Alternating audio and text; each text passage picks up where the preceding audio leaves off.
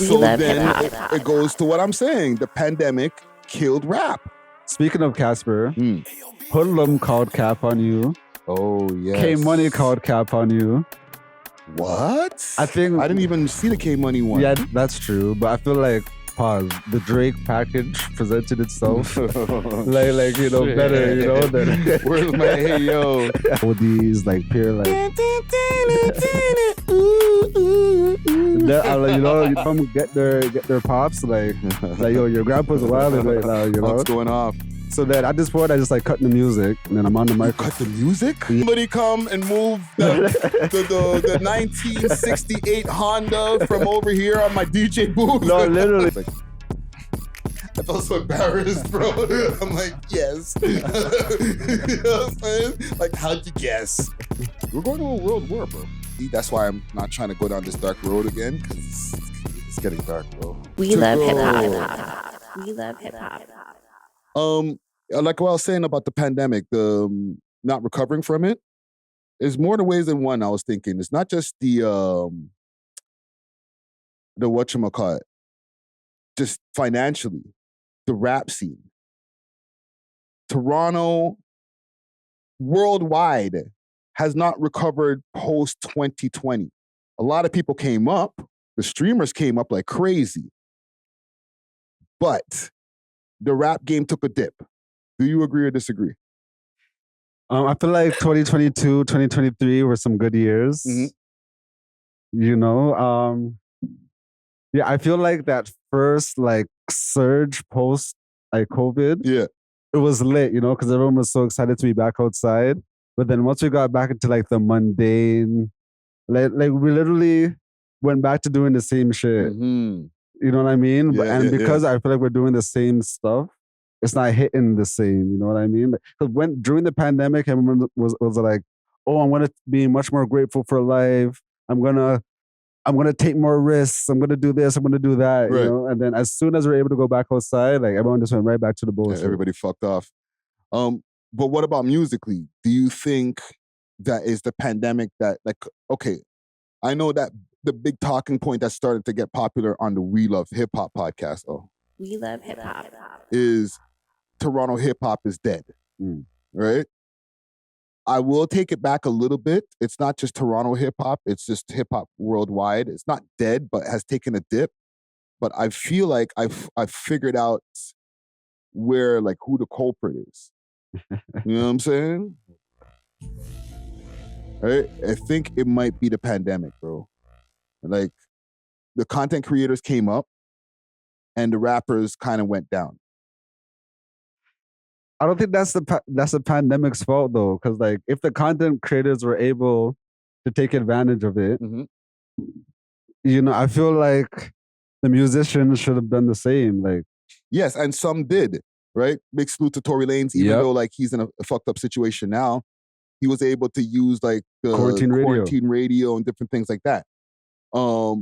There's a lot of artists, like I think Lil Tecca even came up a little bit more during the pandemic. Swilly was doing, enough of those artists were doing shows, like even Chance was doing his shows. He did like a Christmas special as well and stuff. So the artists that, well, I guess these artists more so had more like independent mindsets. Like Chance was kind of the independent route guy. So, yes, but what about all those SoundCloud rappers that pretty much their careers floundered after 2020, bro? They were hot in 2018. Like Lil Pump, all those mans, they were going crazy. By 2021, they were donezo. But no era lasts, you know what I mean? Like that SoundCloud era was just like a flash, you know, but then the drill era was next. Yes. You know, so like even before COVID, like I feel like the SoundCloud guys are kind of being phased out. It was only like Yachty, Kodak, if you would consider him that, you know, like only and Uzi, Playboy Carter, only those guys stuck around. But like then the drill era came with like Pop Smoke and Fabio 4 and all those mans, you know. So like I feel like that started to go, and then COVID kind of like put a halt into that wave, you know. Because I even interviewed Fabio 4 during the pandemic, and I remember him like showing his emergency pack. I want to see what the Fabio 4 Corona survival kit is like. Like Get your weed. Right now, get your weed. The Henny. But I got a survival kit book bag. Survival kit book bag coming through right now. Fabio Foreign in the building. Jeez. Survival kit. Now I mean, so if it get hectic, got your face mask, first aid kit, of course. God damn. Poncho. You know what I mean? 2 ponchos, of course. Emergency survival blanket. Crazy. Just right here turn into a blanket. So wait a minute, stop for a second. That whole thing folds out into a whole blanket, dog? Yeah, that's a blanket. I got 2 of them. This is trauma pad, survival kit. Crazy. This that was like the main like thing, and like I was like, yo, show me all the stuff that's in your emergency pack. And it's like, I think during that time, because he wasn't able to go through all the festivals and all of that it takes when you're a new rapper, he didn't even get to rise to the level that he was supposed to. And he was signed to Sony, bro. But okay, after COVID, yo, the man dropped one of the best verses of the year on Off the Grid. True. With Kanye. I don't know about one of the best, but keep going. Okay, well, to me, and like many people would agree, you know, like that verse was crazy, you know, and then I feel like he had some good looks after that, but that was more credited to Pop Smoke passing. Yeah, you know? I feel like he got some opportunities, you know, just due to. Okay, so who would you say, artist-wise, and we can go Canadian and American, came up during the pandemic? Who came up during the pandemic? Like came up for like, even if they were out before, during the pandemic, they got a boost. Okay, I would say any of the TikTok artists that are going, and I was like, no. I'm saying okay, TikTok artist. Okay, I thought you were gonna say like creators or something. Oh no. So like Ice Spice, Sexy Red, definitely Ice Spice and Sexy Red. Who else? Like them type of people, you know, like the Don Tollivers. Yeah, I feel like that there's a whole new class of the Doechis. There's a whole new class of people that are going in now. Yeah, that kind of like were ushered in through that era, you know? Yeah. But I do agree with you in the sense of like... And some of them, like besides Don Toliver and Doechii, like where the fuck is Ice Spice, fam? Yeah, she's doing that SpongeBob shit. Or nothing. I don't even think her phone's even ringing right now, fam. Taylor Swift ain't answered in freaking months. That's true, but that SpongeBob song is stupid. Yes. But it's trending on TikTok. There's a whole like dance trend to it, and people are, you know what I mean? So you said the SpongeBob song is stupid as opposed to Munch and freaking what's the shit? I'm the shit like a freaking I'm the shit like Poopy or something. I'm like or Poopy, right? That's that's some of her more lowbrow stuff. That's SpongeBob stuff, you know what I'm saying? I ain't got nothing on Poopy. I don't know, I just feel like nothing is hitting as much as it did pre-pandemic, you know? So then it goes to what I'm saying. The pandemic killed rap. Yeah, I think it just killed, I think it killed everything, bro. Even like when I look at the movies that's going in right now, like the only thing that's really popping right now is freaking live streams, dog. Bro, the content creators came up, okay?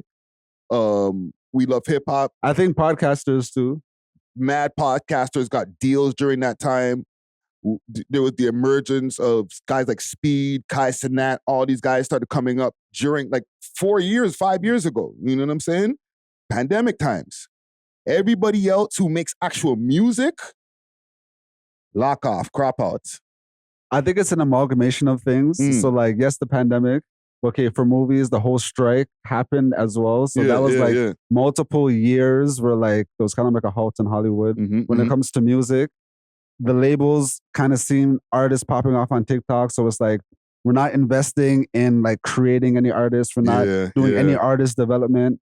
So that's why these artists aren't lasting as long as they did before, you know? Because they don't really have the fundamentals. They don't have no foundation. Like they have a nice little bop and then it's like, all right, off it, you know? And they're off of this, bro. You know? So when it comes to Toronto, I feel like we probably have it more difficult because we don't have as many like accessibility to resources as like Americans or like maybe like in the UK. Yeah. You know, so like, and we don't get paid from our content either. So maybe rappers aren't as incentivized to make content because like they're not gonna get paid from that anyways. You know?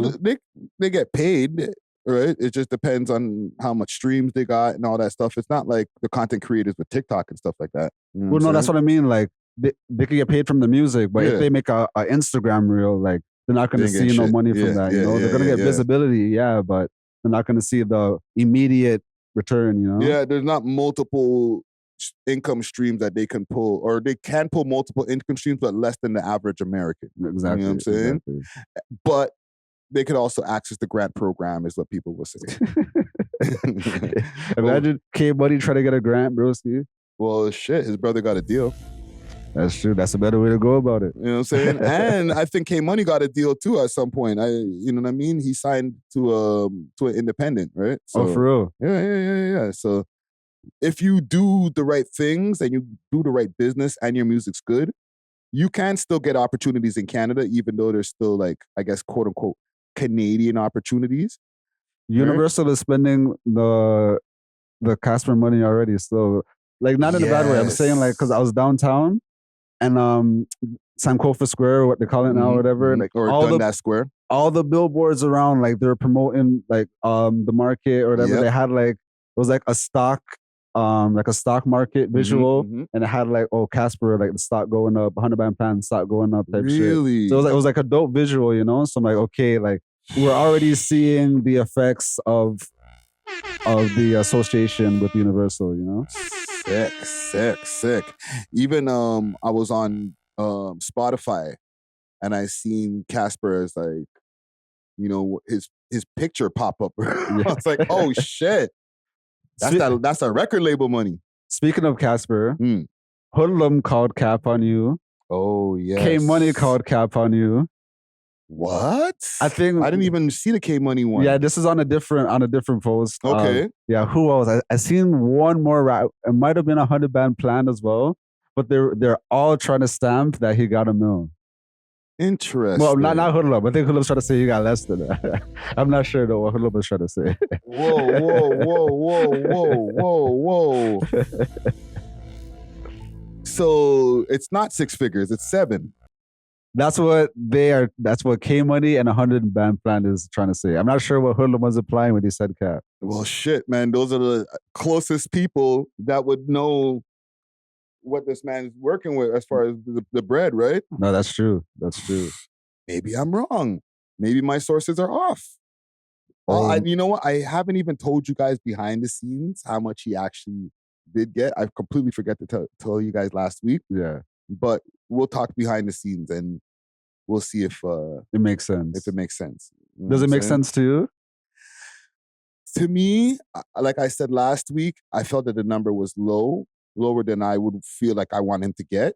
But if these guys are calling cap and saying, no, and the only reason that they can call cap is because I said 7 figures or 6 figures, and I didn't say a number of the 6 figures. But if they wouldn't give Drake $1 million, different times. Like no, so you think they'll give Casper $1 million, not Drake? Yeah, because they could learn from hindsight, bro. They should have gave Drake the $1 million. If somebody else comes to our door who's already done more groundwork than Drake at this point. Think about this. Like, he's been in the game longer independent than Drake had a chance to be in the game. You know what I'm saying? That's true. But I feel like, the Drake package presented itself like you know, better, you know, than where's my hey yo? That one was crazy. You know, it was a better visual, you know. All right, let me get to a goddamn pre-topic. How long are we in here? 13 minutes? Oh man. Listen, salute to the listening audience. If the audio sounds a little bit different this week, just bear with me. I'm having some mixer problems and stuff like that. I'll get it together for the next episode. Nathan, it would be a new if you could just pop on those headphones, you're gonna hear that wicked buzzing for regulation that would allow special constables my bad. have additional one take, Jake, if you could put this up on the screen here, please. Want to take Jake in the building. Well, Michelle and Nathan, it would be a new regulation that would allow special constables to have additional powers to stop anyone who's consuming illegal substances on the TTC or public transit in any way. Now, I talked to Sarah Kennedy from the Ontario Special Constables Association, and she said that they have always had these arrest powers, but as it stands right now, any special constable who arrests somebody for consuming an illegal substance on the TTC would put them through the criminal code. They would be charged with a criminal offense, but this new regulation would give them those arrest powers and put them through the provincial code, saying she would expect much less of consequence to these folks, but they would be forced to either stop doing what they're doing and or remove themselves from the TTC or any public transit, and if they fail to do so, then they could be arrested. Now, Premier Doug Ford was asked about that today, and he had some fiery responses for anybody who may be critical of this. And as I mentioned, we spoke to Sarah Kennedy as well, but we'll start with Doug Ford. Let's go, Dougie. Do you understand people are scared to go on the subways right now? They do not feel safe on our subways. Talk about it. We have TTC constables, I think the world of them. They don't have full powers. I don't believe they should have full powers. Toronto police should have full powers. But when you're sitting there and some guy's drugged out, he has a needle in his arm, jacking it into his arm. It's ridiculous. They need to get off the subways and make the subway the safest subways. I'm expecting to see possibly a ticket, possibly what's called a summons, where we can say, okay, we're not giving you a fine, but we are compelling you to go before a justice of the peace and talk to them about this problem. And the reason why that's not the worst idea is because the provincial courts are really empowered to apply probation orders that require that party to engage in therapy or rehabilitation efforts. And isn't that better for everybody? All right, so. All right, Jake, to break it down for you, basically, they're pushing, I guess, new legislation. Yeah. For the constables on the TTC to be able to, like, actually arrest mans that are doing drugs and all them thing there. You know, so like, yeah, I think this is definitely a W move. You know, like across, I have no problems with it. As a man that takes the train and all that shit, like, bro, it gets crazy, fam. Like, bro, you enter the station and there's like a gang of junkies, fam, like passing the crack pipe around, passing the needle around. And then you go to the constables like, yo, you guys not going to do nothing about that? And they're afraid to approach. I don't even think they're allowed. And they're like, but they're paging mans about their little affairs and stuff. You know what I mean? So I'm like, yo, the real problem is over there. So I feel like this is long overdue, you know, but it's about time, bro. Because like, I feel like sometimes the government lets the shit go so long that I'm not going to call it bums or anything, but like homeless people or unhoused people and like drug addicts and stuff, they kind of just take advantage, fam. Nah, enough of them are bums, fam. Like, okay, imagine, dog. Yo, they'll be like sleeping on the train, taking up like 4 or 5 seats. All them. Yo, a man had a blanket and all this. I'm like, hey, these guys are wilding, fam. Like snoring and all this. I'm like, bro, like, so imagine like, okay, this would be like prime downtown. So imagine like people in the financial district trying to get to work or whatever, and then they have to deal with this. Like, that's not a good look for the city, bro. Yeah. So what are they saying now that like these guys can just go and give tickets and kick them out, basically? Yeah, that's what I'm getting from it. You know, I feel like it's not full power. They can't arrest them yet. I feel like they should give them that power though. Still, like they should have like a handcuff and all them thing they're ready. You know, like yeah. But now we're getting into sticky territory, right? Because if you're handcuffing these guys and you're not a police or a mental health expert and stuff like that, things can get tricky, especially like in this like super liberal country like this, bro. Well, they're definitely going to be fighting back. You know what I mean? So it's going to get tricky, but it says special whatever. I feel like they have some sort of authority, you know, and then people will respect the authority. Yeah. Like enough times. Okay, but now I'm thinking of, remember that story that happened in New York of like that homeless guy that was wilding, and then the white man like choked him out. Oh, and he killed him. Yeah. So but that was just a pedestrian. Right. You know, I feel like if it was like a special train constable or whatever, then people would like have more, I guess, leniency towards that because like he was just doing his job type shit. But he's just doing his job. It's just a job.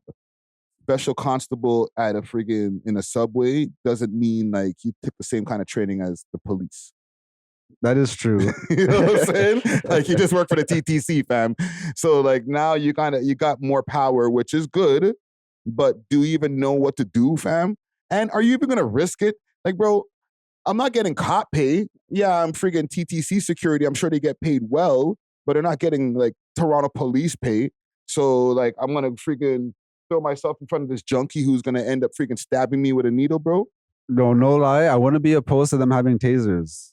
That's well. Now you're getting down to more slipperier slope because now you're giving them weapons and they're not completely trained in them. You got to give them more training. Yeah, but I'm not mad at it. I was watching this TikTok the other day. I guess the officers, they have to feel what a taser is like before they join the force. So they had all them lined. All the men them are screaming. The girl them are screaming and crying. That's crazy. And I'm like, low key, some of these measures need to be implemented on, because these bums go on like it's their crib, bro. Like, unhoused. You're right. These unhoused specimens. Yeah. Go on like the train is their crib, fam. Like they be blasting music, shoes off. You know what I mean? I'm like, yo, fam, like it's kind of not fair to like the tax-paying citizens. They're looking at you like, excuse me, you're in my way. like I'm impeding where you're at. Like, come on, fam.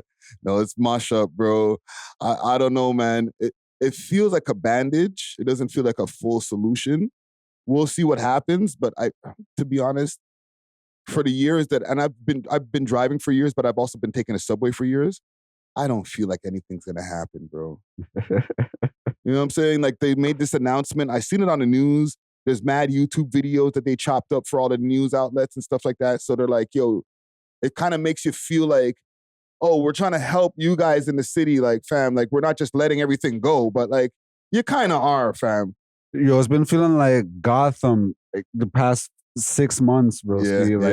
Like, taking the train, I'm like, it's been progressively getting worse. Every day is a delay. Yeah. Like, I low-key kind of want to, like, take Olivia Chow on, like, a ride-along type shit, just so she could experience firsthand, so she knows, like, what's really going on in the city, you know? Nah, fam, she be there, bro. You don't watch CP24. No, they take her on like the nice routes where it's pretty. Yeah. I want to take her to the Grudge. You know what I mean? Like, no, but she goes like I always see her like maybe once a month.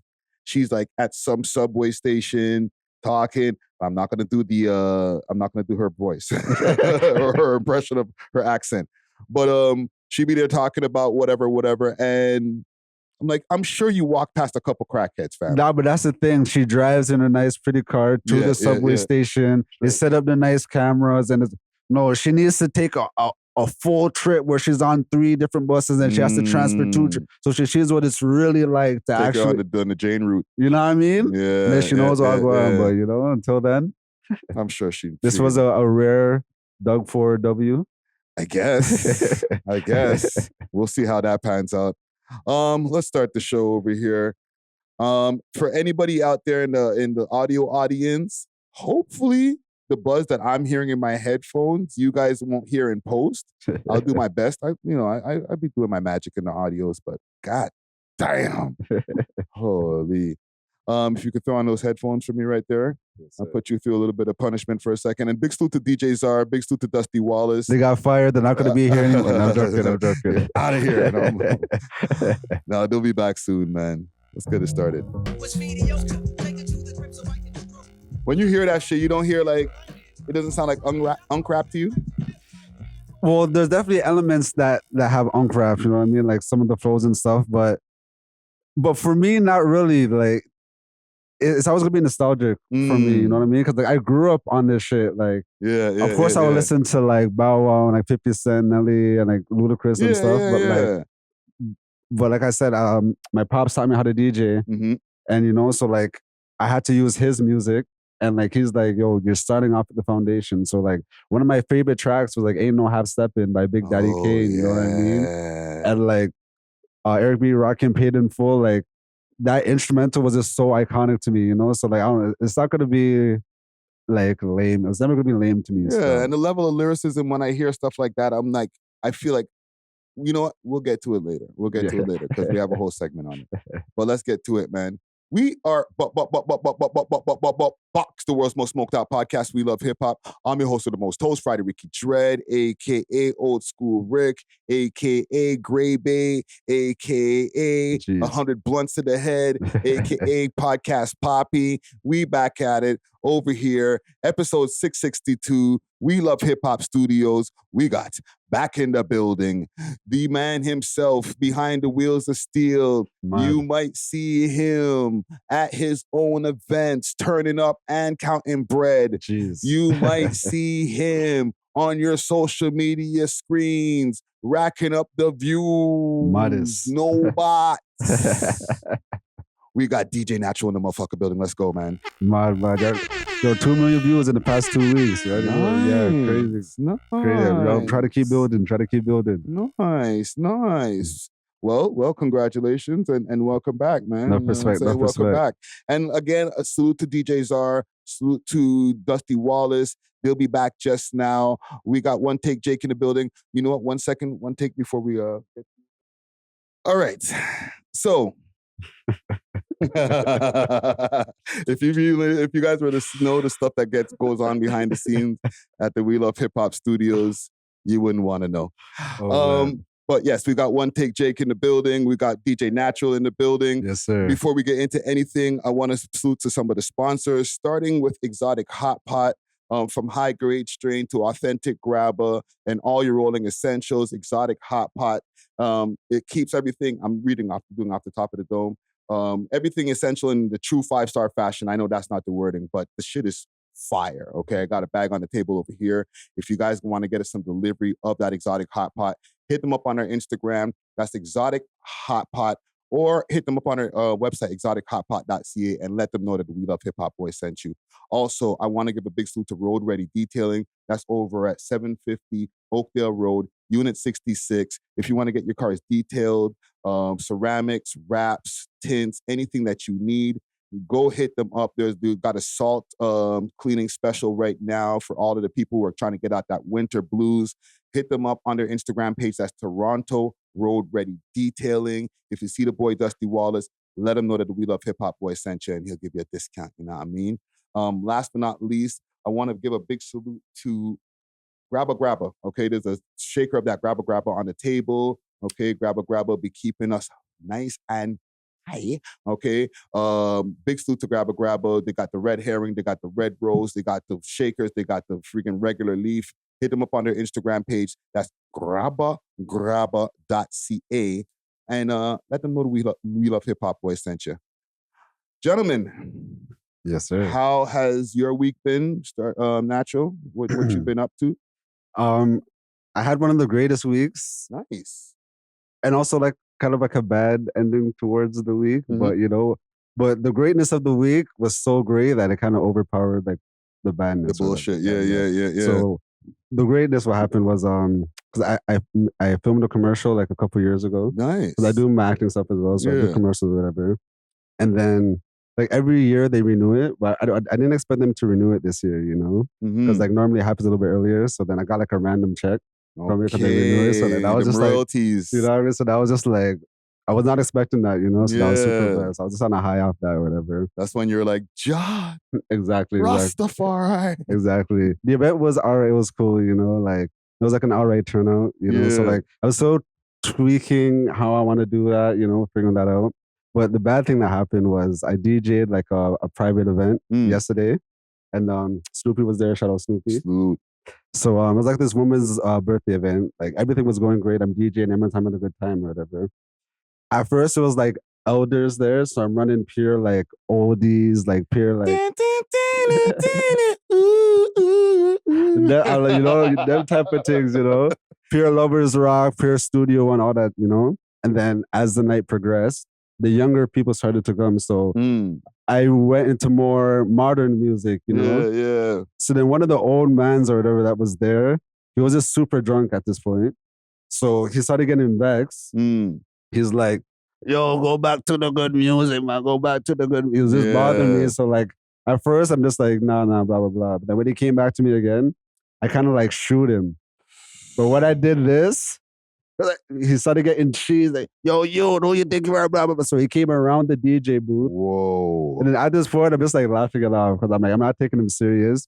He starts like putting his fingers in my face, pause. Or whatever. Shit. So like I'm just looking around like, yo, no one's gonna come get their pops. Like yo, your grandpa's wilding right now, you know? What's going off?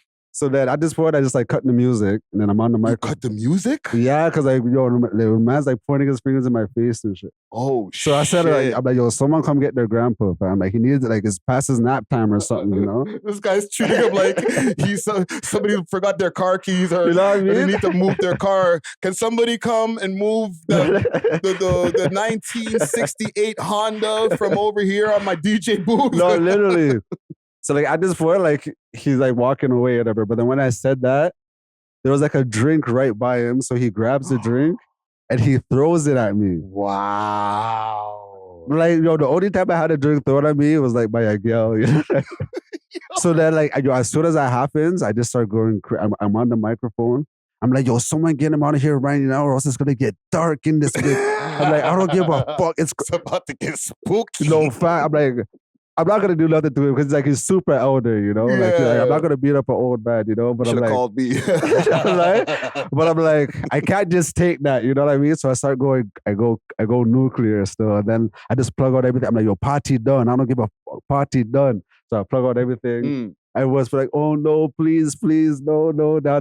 But I'm like, nah, I don't give. So wait a minute. Nobody came and got Unc already? No, at this point, they already got him and removed him. Okay, I'm saying, like, you got no family, bro? How'd you're just there dolo? Like, no, at this point, they got him, they removed him. Everyone's trying to, like, calm me down or whatever. Yeah. But, like, I'm already cheesed, and there's no going, like, there's already cheese. I'm already cheesed still. So I'm like, yo, I'm done. I don't, like, there's nothing. Party done. But there's nothing that nobody could say right now.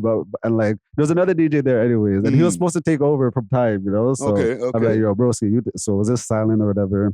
Shout out the woman that booked me. It wasn't her fault, you know, and like we're still super cool, you know, like, so I have nothing against her at all, you know. It was just like that one idiot old man that ruined the party for everybody. This guy had a freaking, it sounded like a high school musical. You know what I mean? Like it was like create like some food fight type thing, you know? That's like, wild. Well, yeah, so that was my week. I'm glad that you got back safe, bro. You didn't get hemmed up by the old man. No, that's another thing because I was there dolo, you know, so I'm like, I'm not trying to get Bobby Schmurda in here, you know? Like, no, bro, like, you know, I don't know, fam, like, because usually man's good. I got my young boys, but like, what do you do when the old head is getting at you? Do you call like your old boys? Let me call Friday. Let me see if PK Herc, you feel like coming outside. Like, we just got to get, you know, anybody 45 and up, just pull up, bro. Honestly, because I won't feel no ways if you're 65 you and you talk crazy to me, bro, I'm black in your eye, bro. Yeah, you can still catch it. I'm sorry, bro. Me, I'll feel bad. You feel bad because you're 30. Yeah. At 50 now, even in my 40s, I was like, I can't fucking duppy a freaking, not duppy, but I can't dub out a freaking old man. Exactly. But like, now that I've gotten closer to their age, I'm like, nigga, act crazy. I will fucking floor you, bro. You know what I'm saying? Okay, give me another quick second. All right, there's gonna be a few chops in here, but we got our mixer back. I want to give a quick minute to give a shout out to Exotic Hot Pots, Canada's loudest brand. From high-grade strains to authentic grabber and all the rolling essentials, Exotic Hot Pots is about elevating your smoking session in true 5-star fashion. If you want delivery, make sure to hit them up on their Instagram page, Exotic Hot Pot, and let them know that the We Love Hip Hop crew sent you. Big salute to the sponsors. Cheer! We love hip hop. Oh. A chaotic start to the month, you know, but it's good. It's good energy, you know. Like winter's over. I'm ready, bro. We're not starting over. No, definitely not. We got too much content. If you guys have to hear content that sounds a little bit different than usual, then you know what? We've given you 662 episodes of pretty good content. So, my bad. One take, Jake. Can I get a mic check from you? Check.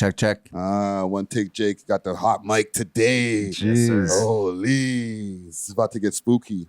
We love hip hop. One hot take, Jake. You know what I'm saying? You know what? Before we continue our pleasantries, or before I get to what's been going on with me, one take, Jake. Did you get into any production stuff, anything this week? finished a super banger edit. It's coming out soon. Pull the mic closer to you. A little closer? Yeah. Finished like a super video. It's coming out soon. Very Sick. proud of it. So maybe we'll premiere it on the show. And listen, anybody, if you guys want to get any like visual needs, not just music videos, but anything you want, like Jake will film like an event for you. He'll do it up nice and like 6K quality type shit. You know what I'm saying? I'm a Swiss Army knife, bro. Whatever you need. Yeah. Jack of all trades. You know what I'm saying? Yes, sir. You know, salute to one take, Jake. As far as my week, I've been working on that documentary. Islam versus rap was the working title that I have, but it's kind of got stopped right now. Jeez, what happened? Where's my sound effect? There you go. I got hacked, bro. You got hacked? I got hacked hard, bro. And the thing is, and big salute to DJ Czar. I wish he was here to be able to, I guess, laugh at me and tell me, I told you so literally 2 episodes ago. We were talking about getting scammed by like people asking for sponsorships. Yeah. And he's like, yo, have you ever gotten like people asking for sponsors? And I'm like, all the time. Yeah. Right? And they're scams. I got scammed literally the same week that we had that conversation by a promotion, by a sponsorship. For real? Yes. I broke it down on the live stream, but I need to get you guys' opinions. And you guys can say whatever, okay? You can be like, Friday, you're an idiot. And I won't be like, what are you talking about? Because I'm an idiot for this, bro. They hit me up. They say, yo, we can do we got a sponsorship integration. We'd like to work with you. We like your channel, blah, blah, blah, blah. Right? And now I'm watching another video that showed me that might be AI. Like AI is doing it on like by itself, or someone programmed the AI to just reach out to a bunch of... Yes, but like in a more specific ways so that like you don't feel that it's AI. Okay. Right? So boom. I'm like, cool, we can talk about it. Can we get on the phone? They respond with an email. No phone call. Right? Or no phone number. They start giving me more information on the thing. And then they say 35 hundo. Okay. I'm like, bro, okay, we're going to eat good this month. Right? They say not for a month. 1 video. I said, oh, fuck, we're going to eat good for this 1 episode, bro. We're great. What? You just have to, I said, all right, let me send you an invoice, whatever. They said, okay, before you do that, you just got to sign into the dashboard and we're good to go. And it will send you this, and this, and this. We were signing to what? The dashboard. What's that? You know what a dashboard is, bro. Like a dashboard like on any website or whatever that you're a part of now or that you're on. Like YouTube dashboard or freaking Instagram dashboard. So like, okay, when they say sign in, like they sent you a link and then like... Yes. Okay. But like what does the link say? Does it say like YouTube Studio type thing? No, it's like the company that they're wanted to promote. And, you know, I'm going to join so that I guess... Because the thing is, I've joined dashboards to other companies. The company that does the management for the channel right now, I'm in their dashboard too. So I'm able to see stuff, you know what I'm saying, for my specific channel. Yeah. Right? So I'm, okay, sign into the dashboard. I'm thinking I'll be able to see the progress of whatever. Yeah. See when my bread is coming in so that friggin' we can get some fucking rotis and things, you know what I'm saying? I'm just thinking about like, yo, we're going to have a good month, fam. And then boom, they ask for the sign information so that you can like, cause you know, connect it to your channel or whatever. Yeah. I try to put in the log information like 2 times. I should have known after the first time that it didn't go through that it was a problem. I hit them in the email like, yo, I'm having a problem with the sign-ins, fam. They're like, okay, don't worry about that. Just try this and this and this and this. By the time I get to finish even reading their response, bro, I'm getting emails. Oh, your 2-way authentication has been changed or turned off. Another email. Oh, the channel ownership is... It's like a series of like 3-4 emails. Bang, bang, bang, bang. Yo, that's terrifying, bro. Oh my God. And the thing is, I've been there before because the last time that the channel got hacked, they did it in like the middle of the night, like thieves, bro, like 4 a.m. You know what I'm saying? I see my email the next day. And it was like back-to-back emails, like in the space of like 5 minutes, or not even 5 minutes, like 3 minutes, bro. Yeah. You know what I'm saying? Your channel access name has been changed. Your through two-way authentication has been turned off. Boom, boom, boom. And then your channel name, your channel ownership is now changed. Nah, that's crazy. So like, what are the next steps? Like, how do you deal with that? And the full thing is now, because they're in the channel, right? So the channel right now, hopefully on Monday when people are watching this, it's unhacked. But I'm sharing the channel with the hackers. Oh, as we speak. As we speak.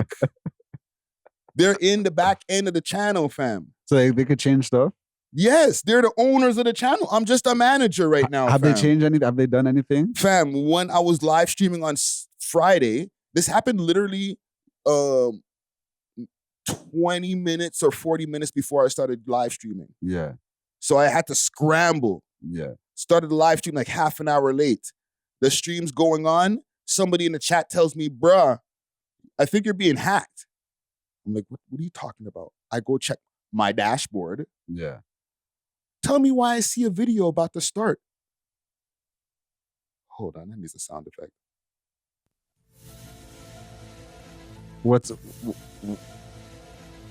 What video did they have lined up? Like some crypto whatever live stream about to start, bro. Okay, but nothing crazy. No. Just like some crypto shit. And even salute to Quarterlab, the channel managers that work with the channel in the back end. They told me like, yo, so what was it, like a sponsorship thing? It's like, I felt so embarrassed, bro. I'm like, yes. You know what I'm saying? Like, how'd you guess? And yeah, this has been happening to other people under the label type shit. So like, what do you think is their intention with the channel? I don't know, bro. You know, God willing, they don't delete any videos. Yeah. Right? They want to go delete the freaking BizLoke interview and all type of shit. They're giving them ideas right here on air right now. But I don't know, bro. I have no idea. Maybe to try to see if they can sift some money. They haven't reached out to you, no ransom or anything? No. They reached back out and said, yeah, if you're still having issues getting into the thing, there's some steps. I was like, nigga, you got me already. You're in, bro. You know what I'm saying? But other than that, like, I'm hacked, fam. Yeah, that's fucked. It's violation, bro. That's fucked. Because, like, I can't roast you, you know what I mean? Because, like, I'm okay with being roasted. You know why I'm okay with being roasted? Because I fell for the trap. We literally talked about it, and then I fell for it.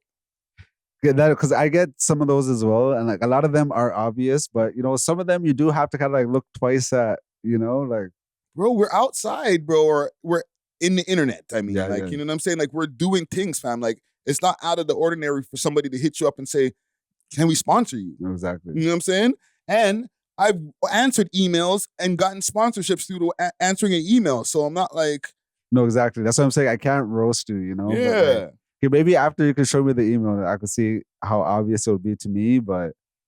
Nigga, I don't care. I'll show you right now. Roski has it lined up. Let me see if I can find that quickly. Don't pull up anything on the screen yet there, Jake. Let's see. No, that's actually crazy, bro. I've never been hacked before. Robert and... Here's the last one that I spoke to them. Okay, so pull this up on the screen here, Jake.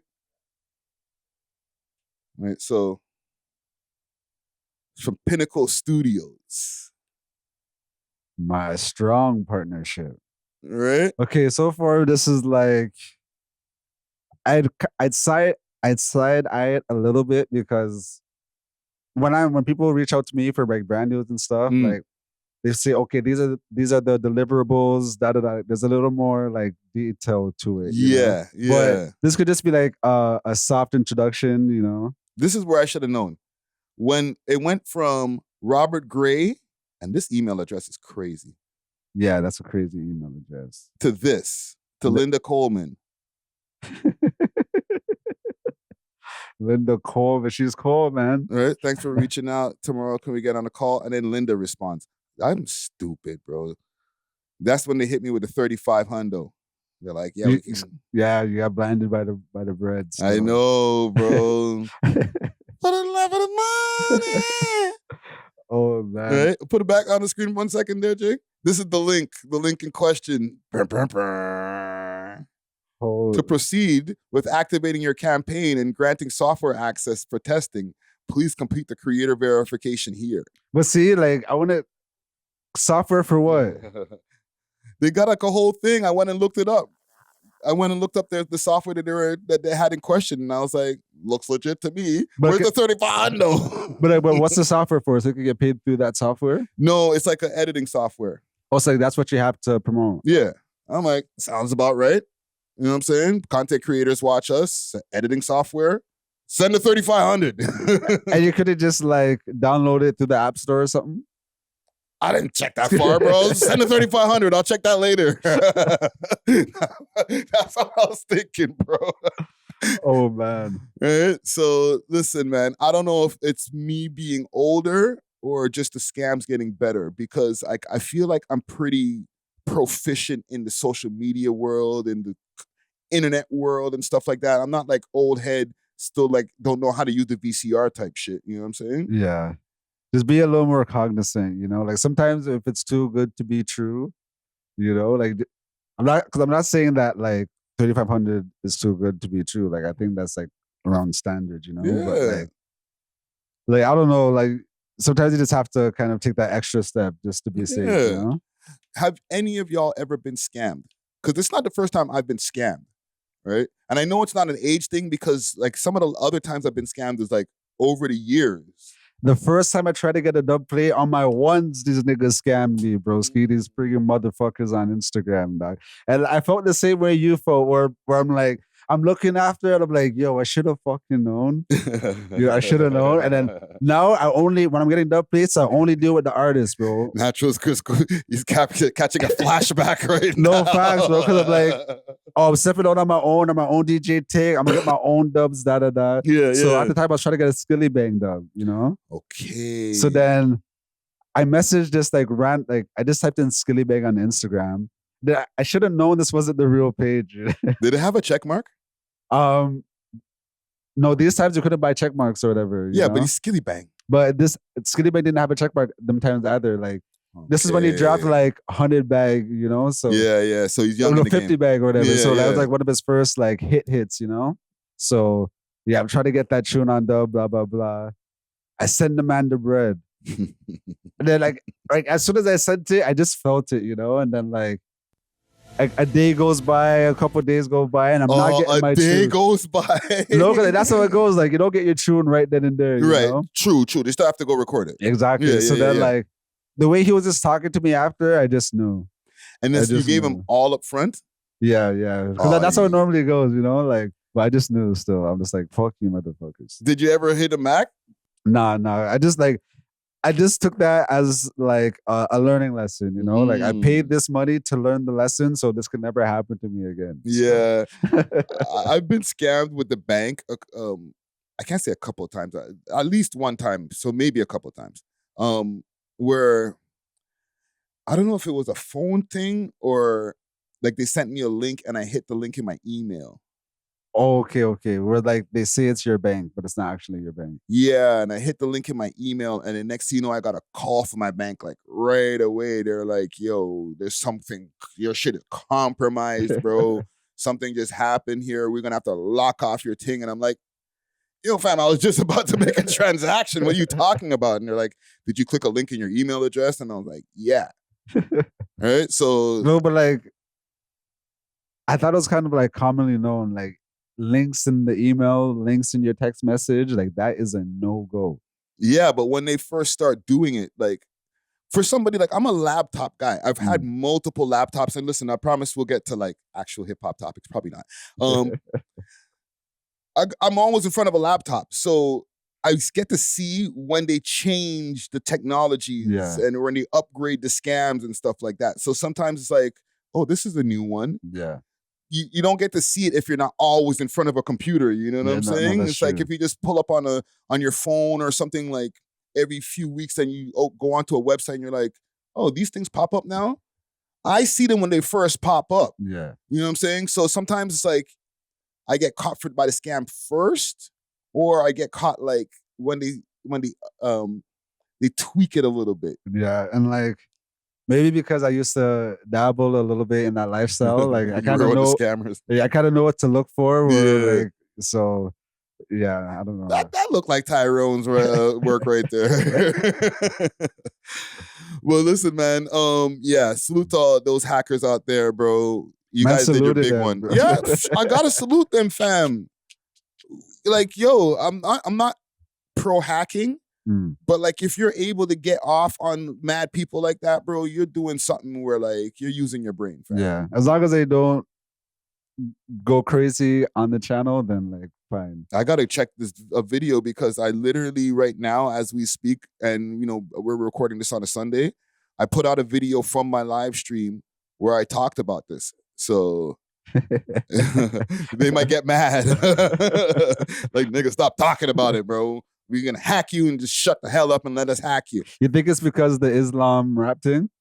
I don't know, bro. Hackers are just always working, bro. It's just an algorithm thing, fam. They see your channels, pops up in their algorithm as far as things they're looking for in a certain metric, and they'll say, okay, you next. Yeah. You know what I'm saying? I don't take it personal. That's why I give them a salute, man.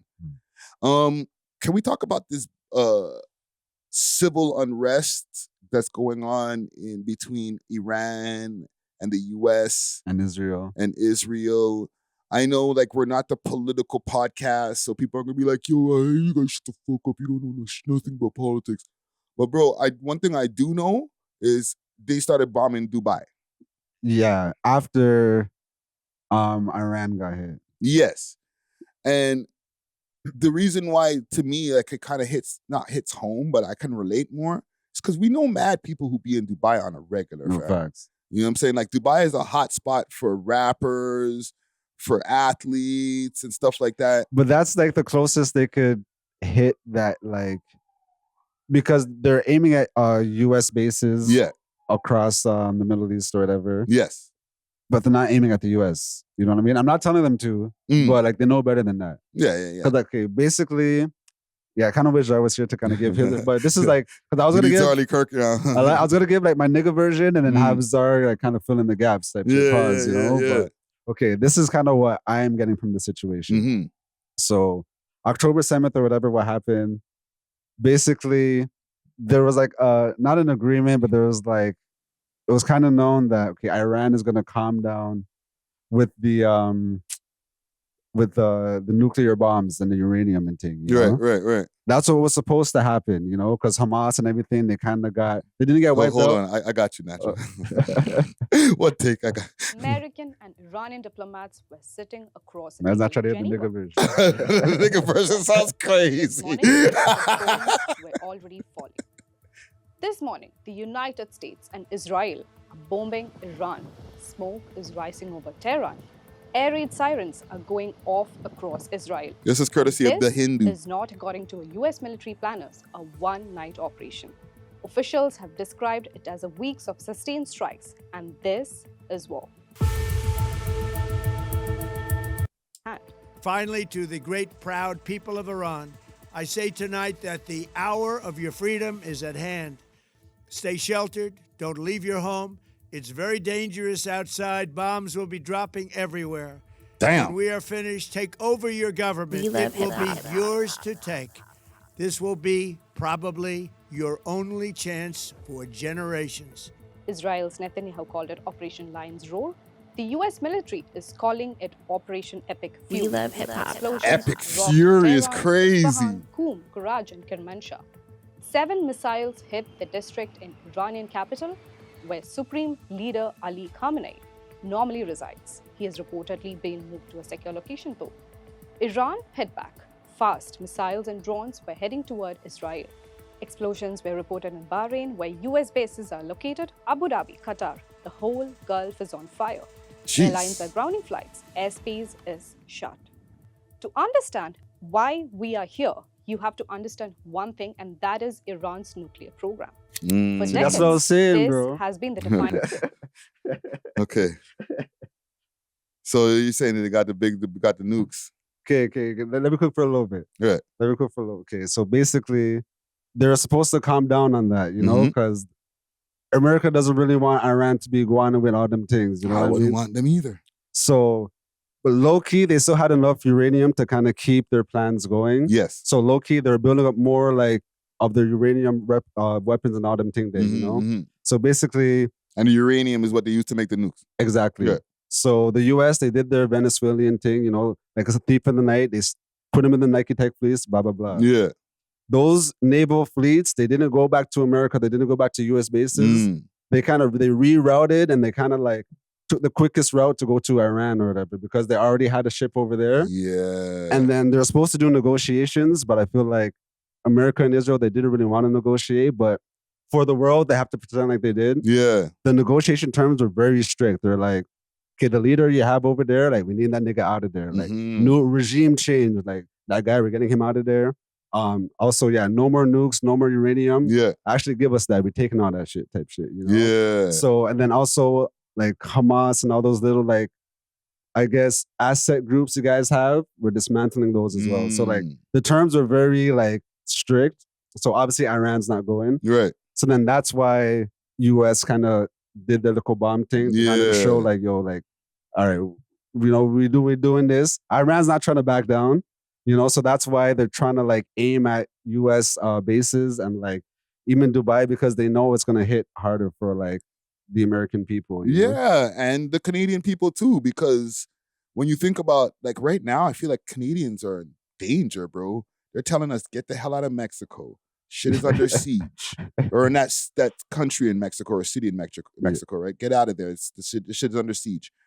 Get out of friggin' Dubai. Yeah. You know what I'm saying? Enough of the man them are over there in Dubai chilling, Ramadan, and next thing you know, bombs are going off, bro. No, it's true. It is crazy. It does go to show how volatile the situation was and is. But we're going to a world war, bro. Maybe because Russia and America, like they have low-key been like progressing with their like Ukrainian, I guess, peace talks or whatever. Yeah. So based off what I've been watching, they're saying that Russia is not trying to enter this because like they have their little thing going on with the States. Like they're trying to keep that calm. But they will give assets, they will give information and shit, but you're not gonna see no Russian niggas fighting, you know what I mean? So like Iran, they might have to lean on there was this next group, I think they're called Hubid Hijib or something like that. It was something like that. Do you know what they're called? Okay. They're like Hubid or something like that. In the comments, they'll know. Right. But basically, they have been like building themselves up. So like they'll be able to like kind of assist Iran on like some, I don't want to say terrorist, but like militaristic aid type. Yeah, they got type backing shit, at least. you know? So one thing I was asking Hoodlum also when I had him on the show, and that episode's gonna be dropping tomorrow after like this episode, right? What's the draw of Dubai, fam? And he was telling me like, yo, fam, okay, well, like, you know, okay, get away from the, you know, just don't worry about the weed. Okay, it's just because you smoke weed. But like, I understand like, okay, it's a place that looks so amazing and the opulence and all that. But like, if you ain't got no bread, like exactly. Dubai is to me, it's not a stunt, fam. You're just going there just to like look around, fam.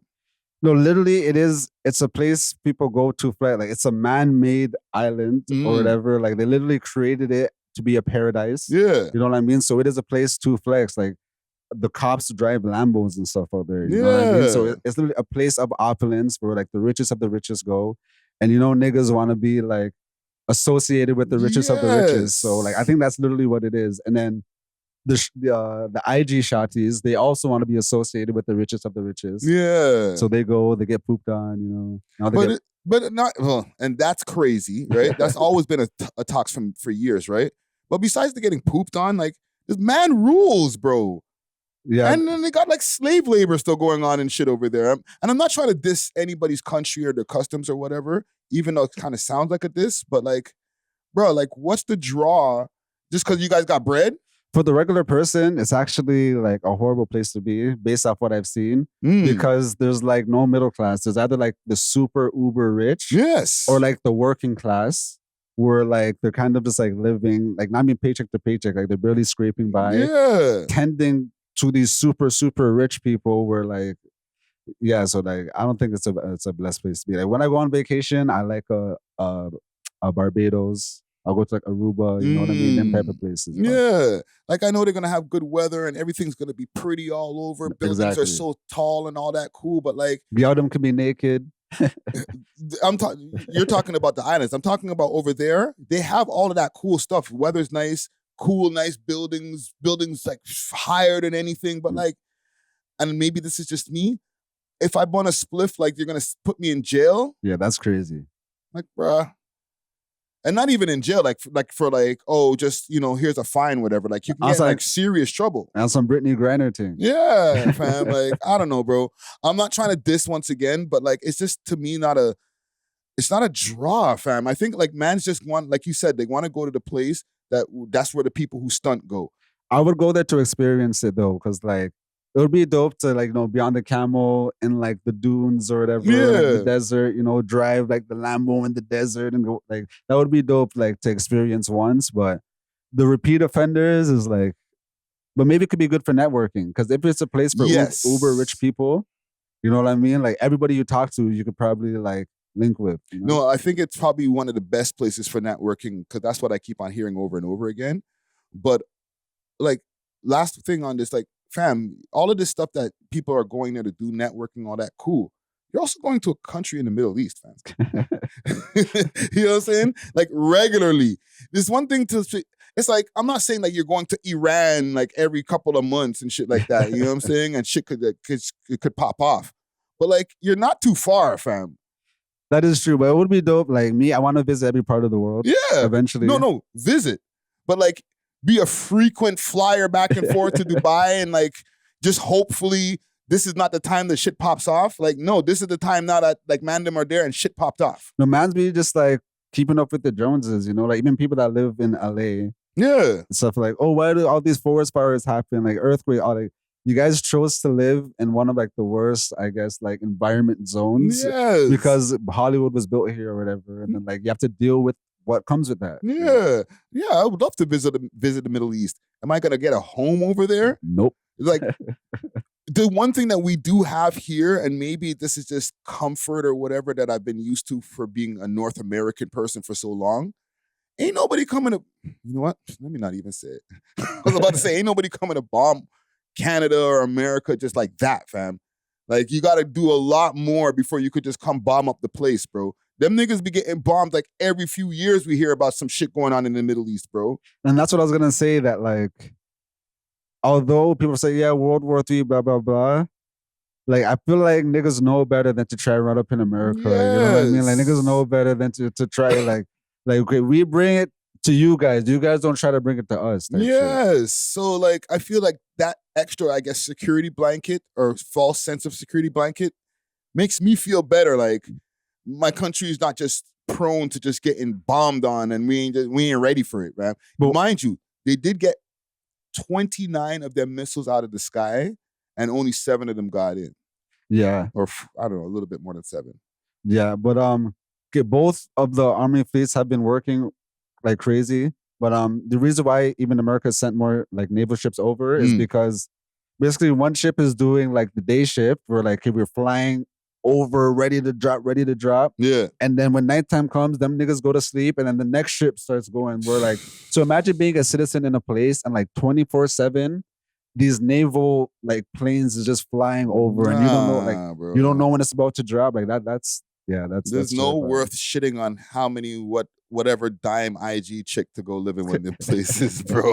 but they do get warnings and stuff where like evacuate and stuff, you know. And those people that are like up over there are super duper up in comparison to the person who's rich in America. Yeah, exactly. You know what I'm saying? So I guess that's the trade-off. Just at any point in time, like, yeah, you're up, but then your whole mansion might get freaking bombed. Let's go to the next mansion. You know what I'm saying? Let me show y'all one more thing before we get off of this. Because Bundog seems to be okay for now. Hopefully, he stays okay. This is from like a day ago.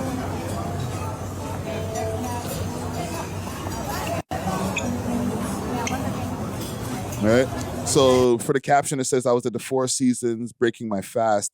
listening to fireworks. What you worried about me? What you worried about me for? So, was anybody worried about him? Well, right away, people were like, yo, man lives out there. He lives out there? He lives in Dubai. Oh, okay. Then, okay, that makes sense then. Right? So right away, people were like, yo, what's going on with Bundog? You know what I'm saying? And it's like, he popped up on the gram, posted that in the stories. But like, it made me, that's what started sparking my thoughts. Like, yo, he's not the only one. There's bearmans who live over there, fam. And I'm like, why? So I wonder where like a man like him would evacuate if they had to evacuate. Fam, there was a freaking video of the airport getting moshed up, bro. So it's like, you can't just jet and get, let me get on the plane next day. Nah, bro, we're taking out the airport. We don't want nobody to leave. You think he's still wearing the mask in Dubai? Like, you know how like he always wears a mask? No. Oh, he doesn't wear it over there, eh? He doesn't wear it over here. I've seen Bundog without the mask, man. You know what I'm saying? Multiple times, like, he just wears it when it's time to get on camera. Okay, fair enough. He's not one of those, like, extra super duper, like, he's a goon or he's a guy, right? Yeah. But he's not to the point where, like, everywhere he goes, he's, like, masked up, bro. Like, he actually probably goes more places without the mask than with the mask. Okay, so your YN's trying to emulate him. Stop it, bro. Y'all masks be dirty and moldy and stinky, you know what I mean? Like, man, them aren't going everywhere in the mask. Like, and he changes his masks all the time. Yeah, no, I'm not talking about Bundog. I'm talking about the YNs that, like... Yeah, but, like, just for, like, those cases, too, like, for those people who are trying to bite Bundog, like, change your mask. Exactly.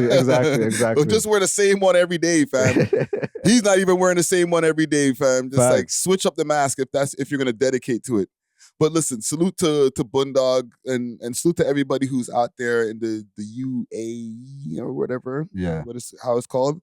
And we'll get DJ Czar next week to come in and give his political opinions. In the comments, how did I do? The nigga breakdown was all right. Right? Let me know. Put a cooking emoji in the comments if natural cooked. Put a shit emoji in the comments if there was no cook. Because I watched pure news like clippings and stuff. And it's a good thing I did because like I thought Zara was gonna be here, but like he's sick, so like No, I fuck with it, bro. You know what I'm saying? Getting to like some things that I guess our audience cares about a little bit more. Icy Springer versus Rocboyninja. Crazy.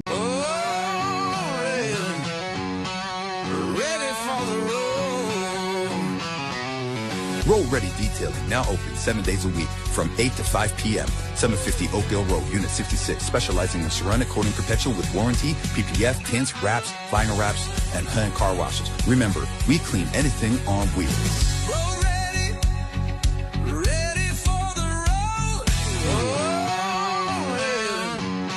My sound effects. Now, let me get another one in there.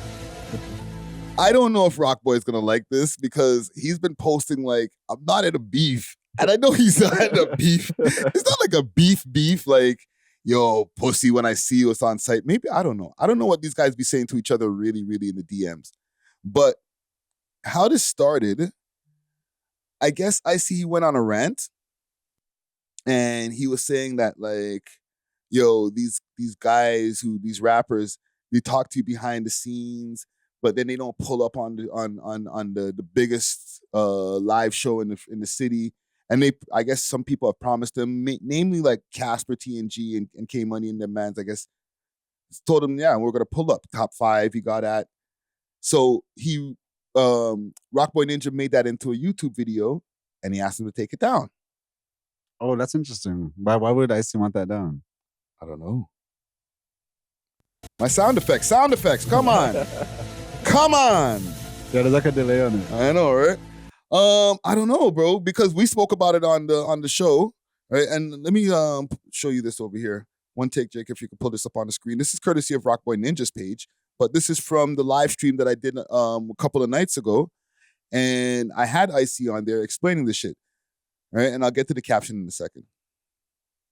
He's like, yo, Icy, what are you dealing with? Why are you moving like that? Why are you saying this? You know I show you love type shit. And I'm like, where's this coming from? I scroll up. The guy sent me a screenshot of Rocboyninja. Rocboyninja posted one of my morning rants.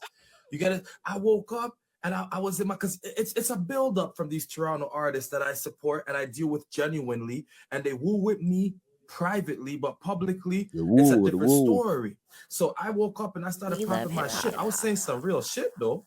Check the comments under the motherfucker's post, but certain artists probably would have took it. In a way, it was sabotage.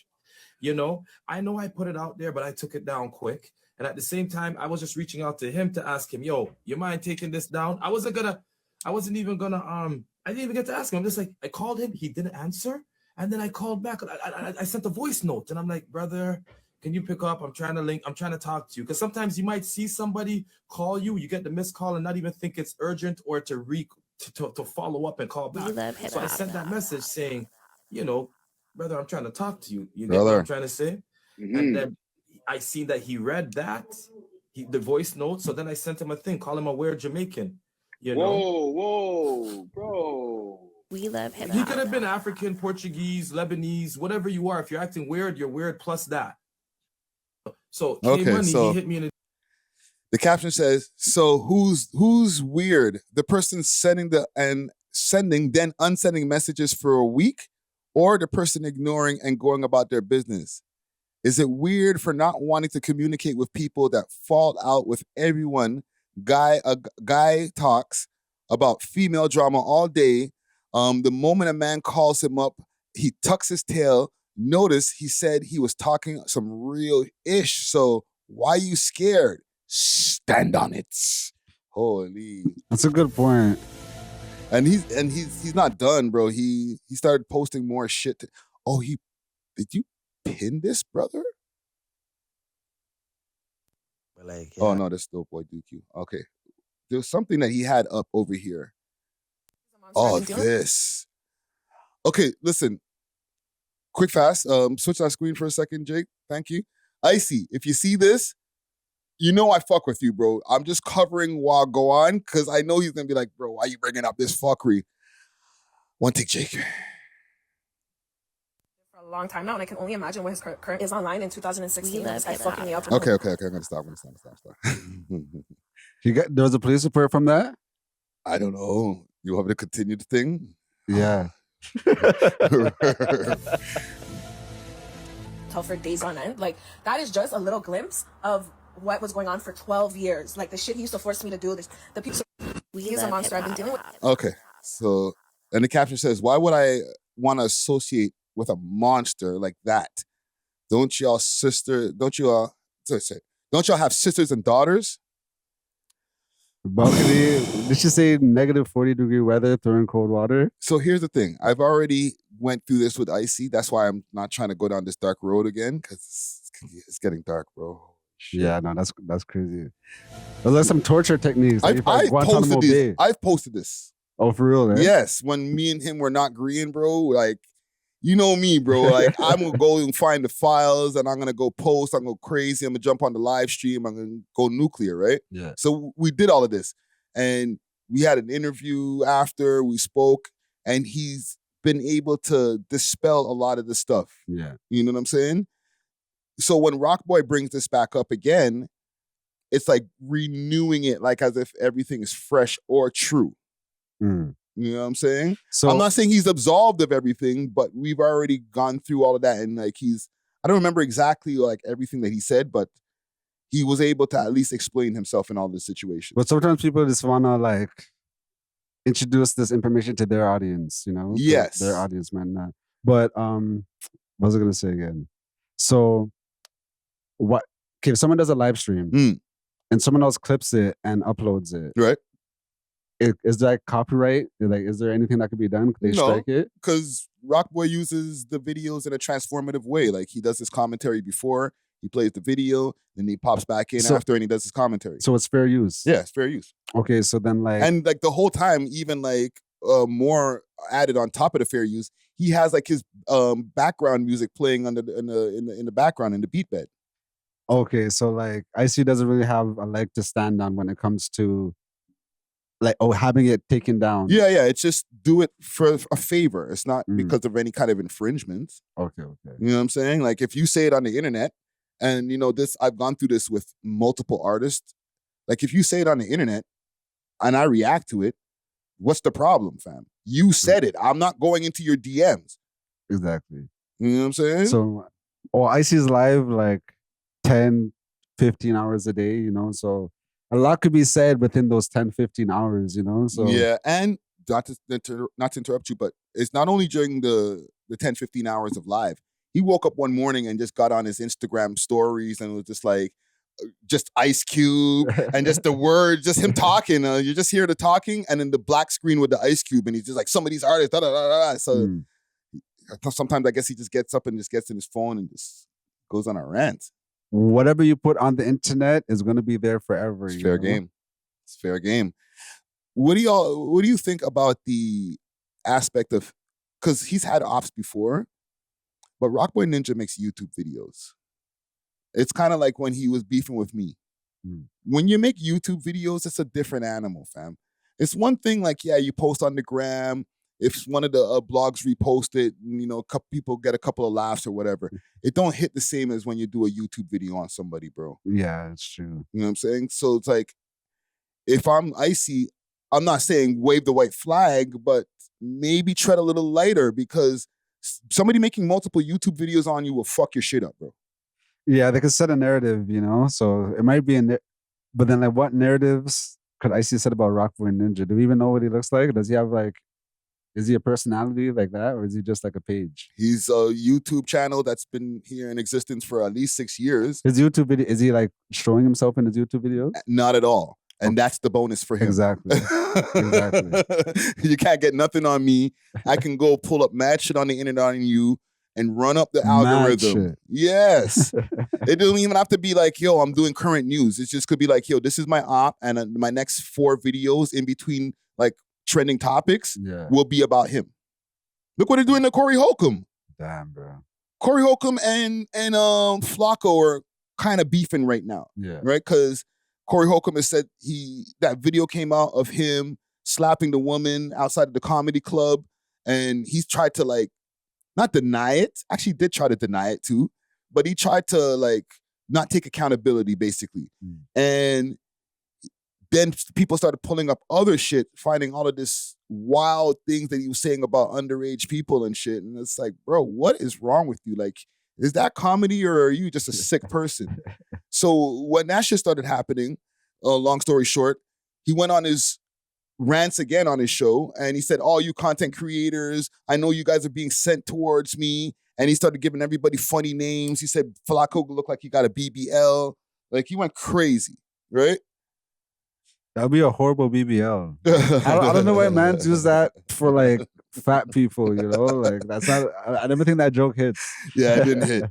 And he said that he's gonna make sure that he gets all of their bread for all of the videos they made on him. Now Flacco, I heard in one of his videos say, I'm gonna make sure I make a video on you like every day. Now I'm gonna make a bag off you out of spite type shit. Yes. And it's like there's a bag right there from making the videos. As long as you don't go crazy and do a bunch of shit in the video, you don't show some wild shit on the screen, I could make a bag off of beefing with you. Facts. So I know Rockboy, he doesn't want to call it a beef. And listen, this is somebody who I beef with both of these guys. Wait, but how could he not call it a beef when like he's literally doing hit pieces on the man? Now at first, and hopefully it's not my fault.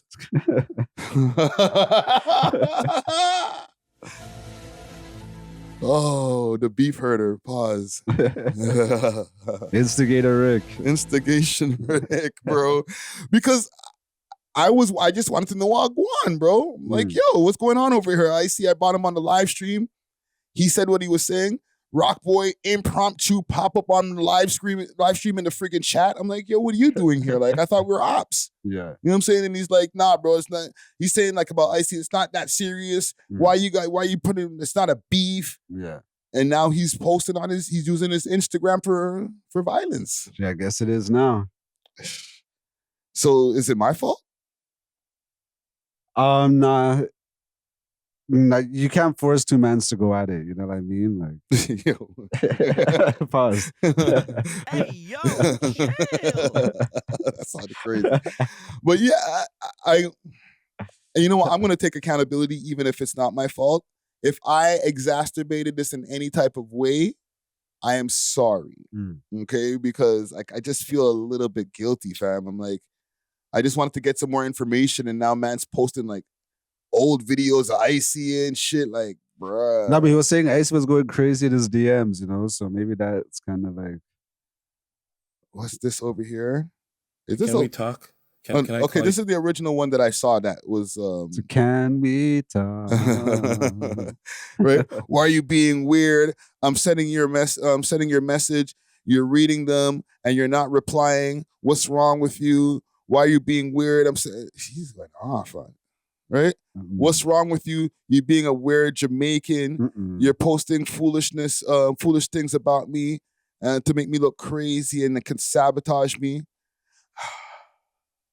Bro, I don't know how we got here, bro. Yeah, but like, I don't know. For Icy, I don't think people.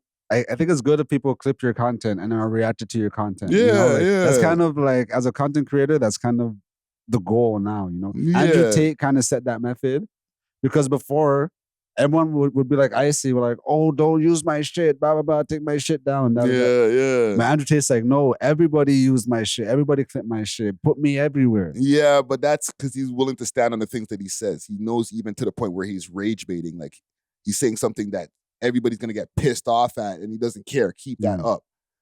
He said things that some people got pissed off at or might get pissed off at, and he wanted to take it back, which I'm not a fan of. Yeah. If you're gonna say something on the internet, then you just gotta stand on it. If people get at you and now everybody's shitting on you for a week, it is what it is. Yeah. You know what I'm saying? Then like use the internet differently. Like don't, choose your words wisely. Yeah, I'm not against like if you say something wrong and say, okay, what I said was wrong, da da da. Yeah. No, but like even a lot of the retractions that I've had to do will be on news stories that like the shit actually happened. I saw it at CP24 and I've gotten people who were like, oh, this is affecting my business. Can you take down that video? And I'm thinking to myself, you're not going to CP24 and telling them to take down the news story. Exactly. And they literally balled out the name of your business. And I'm not going to name any names, but I'm not even talking about a rapper in this. I'm talking about a business. And I'm like, they talked about your business on CP24. You ain't calling them though. Exactly. You know what I'm saying? So I feel where Rockboy's coming from. Like, yo, if you said it, stand on it. You know what I'm saying? But listen, salute to both parties, right? I'm going to make sure to run you guys up in the algorithm too if we're going to be playing algorithm games. You know what I'm saying? I literally just bought this up because I saw the last video did well. So I'm part of the problem. Y'all were sending this in a group chat, this content creator pimp. Oh, I think I sent that. What go on with this? And not only you, Honcho sent this video to me too, or sent this clip to me as well. Well, for real. So but we didn't even get to talk about it on the episode we did the other day, dropping tomorrow. All right. If you could pull this up on this, thank you, Jake. So 31-year-old Vancouver influencer Tevin Douglas, my bad, aka 94, charged with 6 counts, including trafficking of a victim for sexual services across the Lower Mainland and GTA. So he's pimping him from all the way, allegedly, from there to here.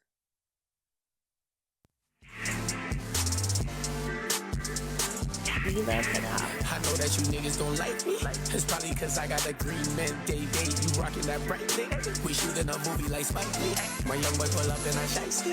A swag is real clean. It's nice. These niggas, they calling me. It's all right. The rest of the caption says here, Vancouver musician is facing trafficking of a person as assault, procuring as services, advertising, and material benefits from services and material benefits from trafficking. You pimping, allegedly. I'm not excusing it, but like they're making it sound crazier than it is, I think. I think that's just the case with most Canadian content creators, musicians, like anybody that does anything other than a 9-to-5 job, even entrepreneurs, like people that run business. I feel like they kind of have to resort to crime to make money to fund whatever they're doing until it pops off. Because like looking at his video, the video seems well produced. You have to pay for a videographer. You have to pay for the girl in the video. You have to pay for the spot. You have to pay for the jewelry you're wearing. You have to pay for the studio time, all this stuff. You know what I mean? So like gets costly. Yeah. If you're getting what, like 0.001 cents per stream, and these niggas are like let's say you get 1 million streams or whatever, like if you only have 1 million streams on all your songs together, like that's not enough to pay your rent, pay your car note, and get everything done and still floss. You know what I mean? So like, I can relate. I could definitely relate, and I could relate to even what he did a switcheroo of over here, because it's not just music, right? If you could pull this up over here, Jake. Langley. I don't know if you guys can hear me, but it's a new place that just opened up in Langley. They have their brunch menu right here. We got the steak and eggs. Langley, eh? If you can hear me, if you can't, I don't know, but I'm gonna get right into it, let you guys know how it tastes. If you're trying to be healthy, getting a little healthy thing, medium rare I got. Imagine you see your PI doing a friggin' food review. Well, that's the thing, man. They're trying to, and I understand, but I don't condone, but I understand. Because you're like in a race, right? You're like, yo, I'm trying to get this content or this music. I'm going to get this shit to pop off, but I'm funding it through whatever I'm doing on the streets. But when this pops off, it'll outpace the street shit in the money wise, and now it won the race, and I don't have to go to jail. Our plan. Right? But what ends up happening most of the time is the streets is going faster than like the success, and that race, you don't want the streets to win the race because that could end you up in jail or dead. Exactly. You know what I'm saying? Because like, there are cases like Lil Yachty, he was scamming and he used that money to pay for his career. Kodak Black, he even raps about it a lot. Like he was using the credit cards and stuff, you know, and that's how he paid for his career. Jay-Z. Yeah, like 92 bricks. 92 bricks. Got it all back. Right? Emery went to jail for a lot of the fuckery that these guys were doing or allegedly doing. But they funded Rockefeller and many other labels funded their stuff off of the streets. But, you know, like a lot of these are American examples. I don't know, me personally, I was like trying to do that as well. Where like, oh, I'm just going to just DJ and make content, da-da-da. And I was just barely paying my bills.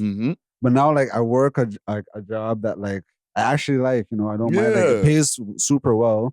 And I'm comfortable. Like, every month, I'm like, when I pay my, like, I literally just pay my rent, you know? Like, normally, I'm like, fuck, I know, da-da-da. But, like, I'm more comfortable because I do have the security of a job. Yeah.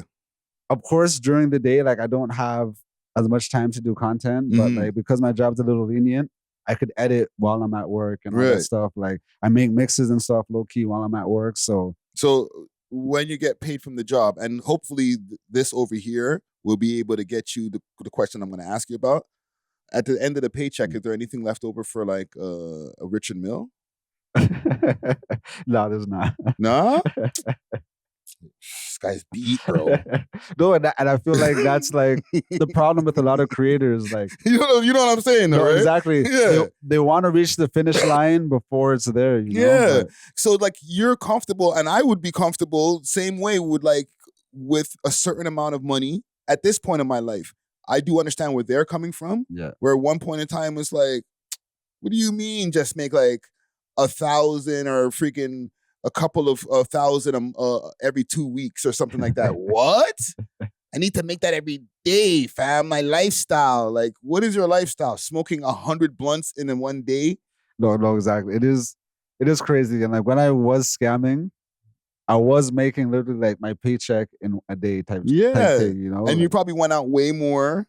Yeah, it was a much more abundant lifestyle, but like when I got knocked, I had to pay for lawyers, I had to pay for all this stuff. Like, and it's even affecting me because now I have to get a US waiver to get to the States, you know what I mean? Forever. When like I was able to go there and do DJ bookings before and make content and stuff. Yep. And now like, so yes, the fast money is good, but I feel like when it comes quick, it leaves just as quick pause. And the thing is, it's kind of tricky when like you're doing that as an artist or anybody who's like in front of the camera. Because like when the camera goes off, like you answer your phone and go deal with a customer, or like you get mad at the chick when she didn't get the money right. No, like, exactly. No, it's crazy. You know what I'm saying? So it's like, I'm not saying you got to choose, but it's kind of hard to do both, be a public figure and be a drug dealer or a pimp or whatever behind the scenes. Like big salute to Jay Neat. He just got locked up. They said for unknown reasons as far as the blogs. But most of the time, from my experience, the reasons are usually something drug-related or firearms-related. Yeah. You know what I'm saying? So it's like, as you're trying to get to a certain point, things keep on happening because the things that are doing to fund that lifestyle or fund your career could actually take you out. No, exactly. I just feel like, again, it's keeping up with the Joneses. Like, but me, I'm comfortable. Like, I have my spot downtown. You know, I'm able to go out when I want to. I'm able to, you know, it's obviously not a super luxurious lifestyle. You know what I mean? But I'm comfortable where I'm at, and I have goals to where I want to go. And like, I kind of see the progress as it's happening. So I'm able to go on easy, you know. But sometimes you got to be willing to downgrade for your dream. Exactly. You know what I'm saying? Like, okay, if this means I can't drive the 2026 friggin' Benz or whatever, and I got to get like a 2015 Honda, but it'll save me money in the long run so I can put back into my music, then do that, bro. Don't swallow your pride and do that. When I first made my website or whatever, and I made 10 bands off it, like an idiot, I friggin' got like a Beamer. Oh my God. Instead of reinvesting into the website, you know what I mean? And like making the website better and all that stuff. But like, that's like something I had to learn. Because after a few months driving the whip or whatever, like you have to get maintenance done, all this stuff. I'm like, and the maintenance is more expensive for a car that a more high end car. Exactly. Yeah. And I'm like, what am I like really doing this for? You know, like when I'm able to do that comfortably, then I'm gonna do it because I love like obviously like nice cars and shit. Yeah, and you tell bare shotty stories, bro. Those are not shotty stories of you driving in the Benz. No, exactly. You know what I'm saying? So I do have some of those stories too. Those happen. Obviously, they're gonna happen. But like, you can also, when you don't have it, and you're like, oh, wait a minute, I could still meet girls. I can still make friends. I can still go to clubs and do whatever. And why people don't think I'm a waste man? Like, literally. Oh my God, it's like I'm fine. You pinch yourself like, oh my God, I just got out of the subway to get over here. No, exactly. You know what I'm saying? I've been taking subway before, but then I got back into my car and I'm driving again. And then that thing started going back into my head like, yo, I can't take the subway. Like, says who? You know what I'm saying? So then when I finally took the subway to get here and save money on parking and gas and stuff, and I got out of the subway, I was like, I'm okay. Nothing happened to me. I didn't evaporate. You know what I'm saying? Like, nah, bro. Downgrade so that you can upgrade. And there's not people that even like they move away, like they work in the city, they work downtown core, but like they move away to get their nice house away from the city so they could like save whatever. They're like Bowmanville and shit. Exactly. And then, like, they'll drive to the GO station or whatever and like just take the train in, you know, and like they're fine. They don't, you know, because they're secure in what they have and where they are. Yeah. It takes time to get there though. You know what I'm saying? We're saying this now. And I'm glad that you're actually there at this point now at 30 years old. I'm 50, fam. So I'm 20 years older than you. It took me time to get there, fam. Yeah. Like the shit that I'm talking about, some of the stunting I'm talking about is in my 30s. You know what I'm saying? Mid to late 30s. Yeah. Where I'm still like chasing the thing. You know what I'm saying? Chasing the lifestyle and stuff like that. Like, so not everybody kind of just clicks out, bro. Exactly. You know what I'm saying? So you're ahead of the game. You know what I'm saying? Respect. But no salute to homie over here. Actually, salute to him. I don't know. He might be innocent. You know what I I'm know saying? he's the man tried food reviews, music, pimping. He's trying everything, bro. He's trying a job. He's gonna have to after he gets out of jail. You know what I'm saying? They tell you once you come out of the pen, if he does go to the pen and he's on parole, he has to get gainful employment. Oh, for real. Right? And that means no pimping them hoes, allegedly. I was playing some music in the beginning of the show, right? Hopefully it doesn't have a bunch of wild buzzing and stuff like that in it. But I was playing some music in the beginning of the show for an example of this next segment we're going to get into over here. Because what did I play? Where's my list? They reminisce over you. Yeah, Eric B. and Rakim know the ledge. Reminisce, or Troy, they reminisce over you from Pete Rock and CL Smooth. Tribe Called Quest, Electric Relaxation, and Souls of Mischief, 93 Till Infinity, right? The reason I played that because I felt that those songs were lyrical, but really good hit songs. Lil Yachty, of all people, jumped out the window once again and said that 90s and 80s hip-hop or rap was lame. I want to take a quick second to give a big shout out to Grabba Grabba, some of the hottest grabba in the GTA. You can get grabba shakers as well as hot grabba leaf in different flavors like red herring and red rose. They got delivery within the GTA and they got some really cool apparel for sale. If you want to get your hands on that Grabba Grabba, make sure to hit them up on their Instagram page, grabbagrabba.ca, and let them know that the We Love Hip Hop boys sent you. Big salute to the sponsors. Cheer. You said 90s, eh? So I'm gonna pull up the clip over here, and this is from an interview that he did with Bootleg Kev.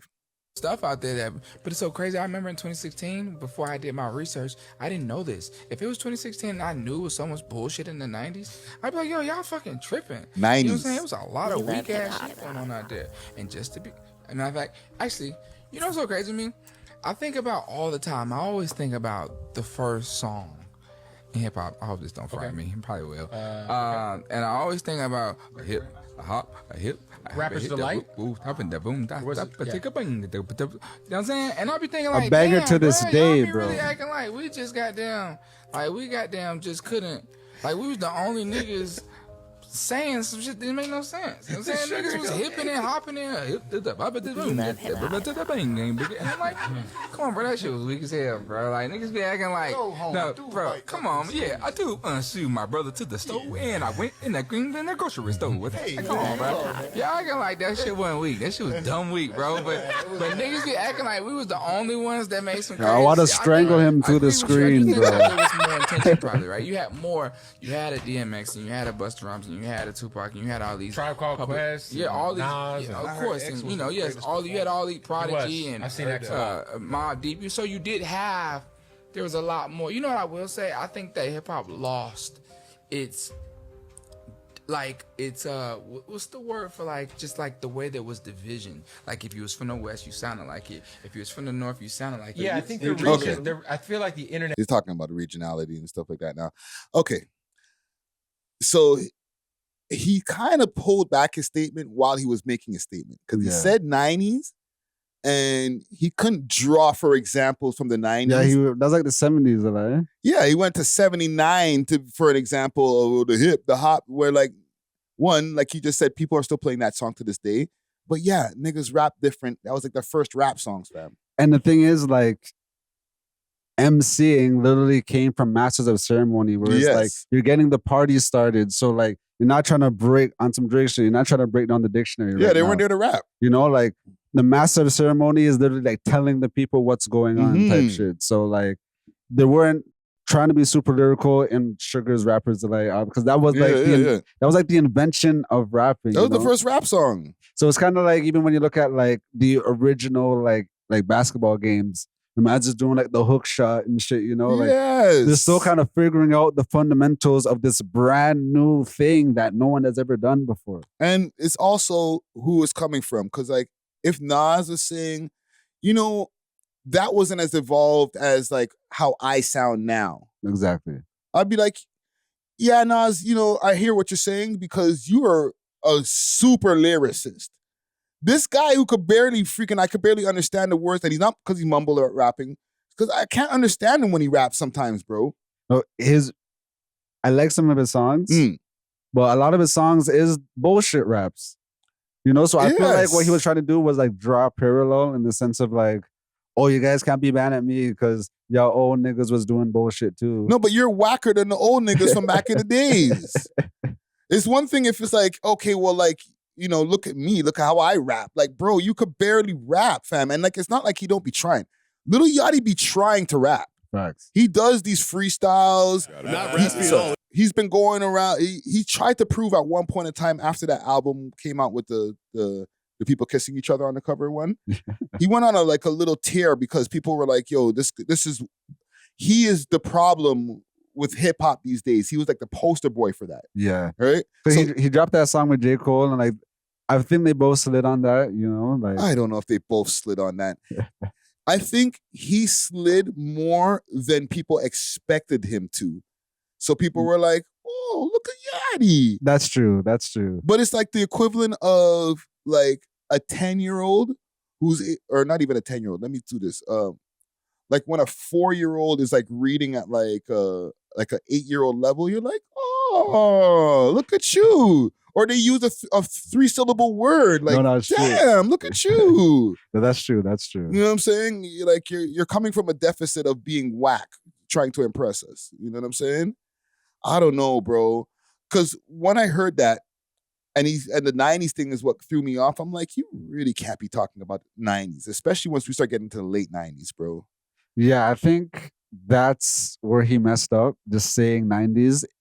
If he would have just said old school and then gave that example, it would have been, because we would have been able to place the year, you know. But once he said 90s and gave us, like, it's like, all right, bro, you obviously don't even know what you're talking about. He's just talking to talk, bro, because he literally went after and said, well, you did have Mobb Deep and DMX and da-da-da, Yeah, da-da-da. they gave like 20 examples. Yeah. Like, if you just said 2 examples and said, oh, yeah, and the rest of you guys are whack, then, like, nah, bro. But, like, even before them, man's Black Moon, J. Rue the Damager, all them man's lyrical and we're making hits, fam. J. Rue the Damager, that's so jokes. Why? Nah, he had a track that I used to always bump as a youth. Yeah. Nah, J. Rue is the guy, bro. But it's interesting because all these rappers, they have timeless hits. Mm-hmm. And I don't think these new niggas have anything timeless. Like, I don't think Yachty has one song that people in 30, 40 years is going to be like, oh yeah, put this on, da-da-da. Well, as a younger man, right? What's Yachty's tune that you think's gonna last 10 years from now? Yachty's tune that's gonna last 10 years. What was his main tune again? The one that he... I was gonna say Broccoli, but like that's not even his track. That's like he's a feature on that. Okay. That was the one that I remember associated with his name for the longest when he first came out. Yeah. Right? What's his tune? His other like tunes is like, I'm not even a big fan of that. Maybe like Oprah's Bank Account, but like Drake's on that. And was that like a tune? Like was that one of the ones that?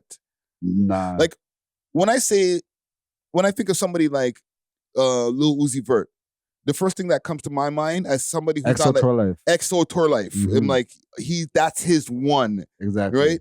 If I'm not familiar with him, I know that's his one. And that's gonna last. You know what I'm saying? Same things with like Travis Scott. Like there's a few of them that you can associate to Travis Scott. Even Playboy Cardi, look like I was talking to this older head. Magnolia for Playboy Cardi. Literally, because he's like, oh, like who's that? I don't know him. Then I sang that track and he's like, oh yeah, blah, blah, blah. Yeah. But even as you're looking at Yachty's popular songs, these are all features. Yeah. None of these are like his songs that are like his most listened to. So there's that. You don't have a song that lasted even as long as the Sugar Hill Gang song from 1979, right? So we're talking about like a 45-year-old song or whatever. Every time I watch a Raptors game, a basketball game, I always hear the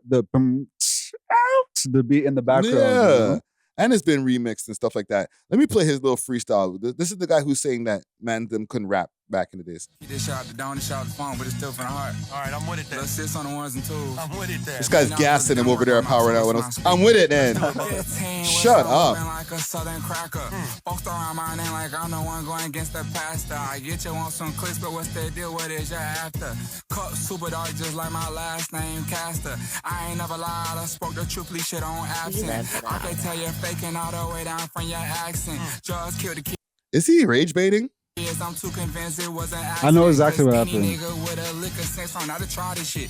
Rolls Royce so big, feel like damn near fly that shit. If I dream about a whip when I wake up, I'ma buy that bitch. I don't want no pointers, every stone I supersize that bitch. I hit and I disguise on it.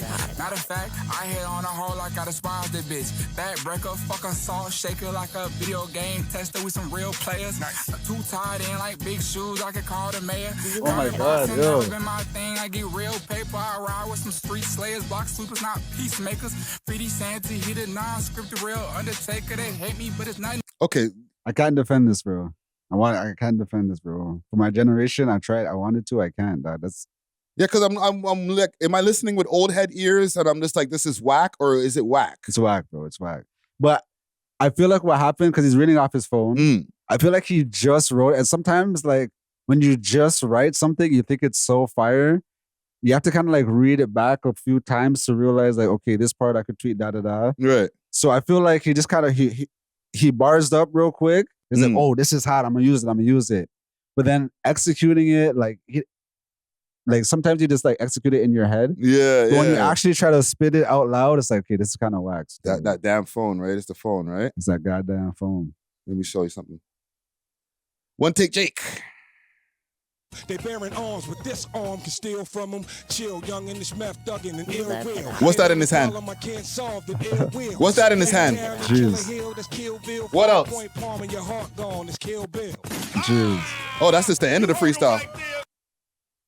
Let me bring it back. I feel stunning on Matt Damon, it's real stunting. I'm good with Will at the Goodwill hunting. Jeez. I found that rappers ain't proactive, I'm still bumping. Larceny in my arm beat, I steal something. Alright, my poker face, you're still bluffing. Cousin, call your Annie up, the deal coming. House of cards, they see him trying to build something. They bearing arms, but this arm can steal from him. Chill, young in this meth thuggin' and ill will. And any problem I can't solve, then ill will. Jeez. Yak down and Killer Hill, that's Kill Bill. 5-point palm and your heart gone. Jeez. What's that in his hand? A rotted Ford. Okay. And I didn't even go for the Drake at the freaking Hot 97 with the phone. Mad niggas use the phone, fam. They're just nice. Yeah, have you seen that Academics clip where he's reacted to Drake with the phone? And he's like, oh my God, Drake just said Bugatti's doing donuts. Glazing. And then he reacts to the Kendrick clip and then like Kendrick's rapping, blah, blah, blah. And he's like, no phone. That's just mid, bro. That's just mid, bro. Yeah, that was a dark moment for Ak. But as far as like, you know, that's not an excuse is basically what my point. Like, these niggas just not nice, bro. Exactly. You know what I'm saying? I'm not even saying unilaterally for all of the younger generations. There are a lot of nice rappers in their 20s, bro. 25-year-old rappers, 22-year-old rappers that are lyrical beasts. But, okay, well, I think of the 2010s class. You know, Drake, J. Cole, Kendrick, even Meek Mill, Wale, Big Sean, all them, like, they all have like timeless hits. Yeah. Even like the 2015 to like those niggas have some timeless hits as well. Yeah. That's when the things started getting a little dark, but keep going. Harkening back to your COVID point, like what are the timeless hits of the 2020s, you know? Like, do we have like I don't think we're gonna be dropping Sexy Red.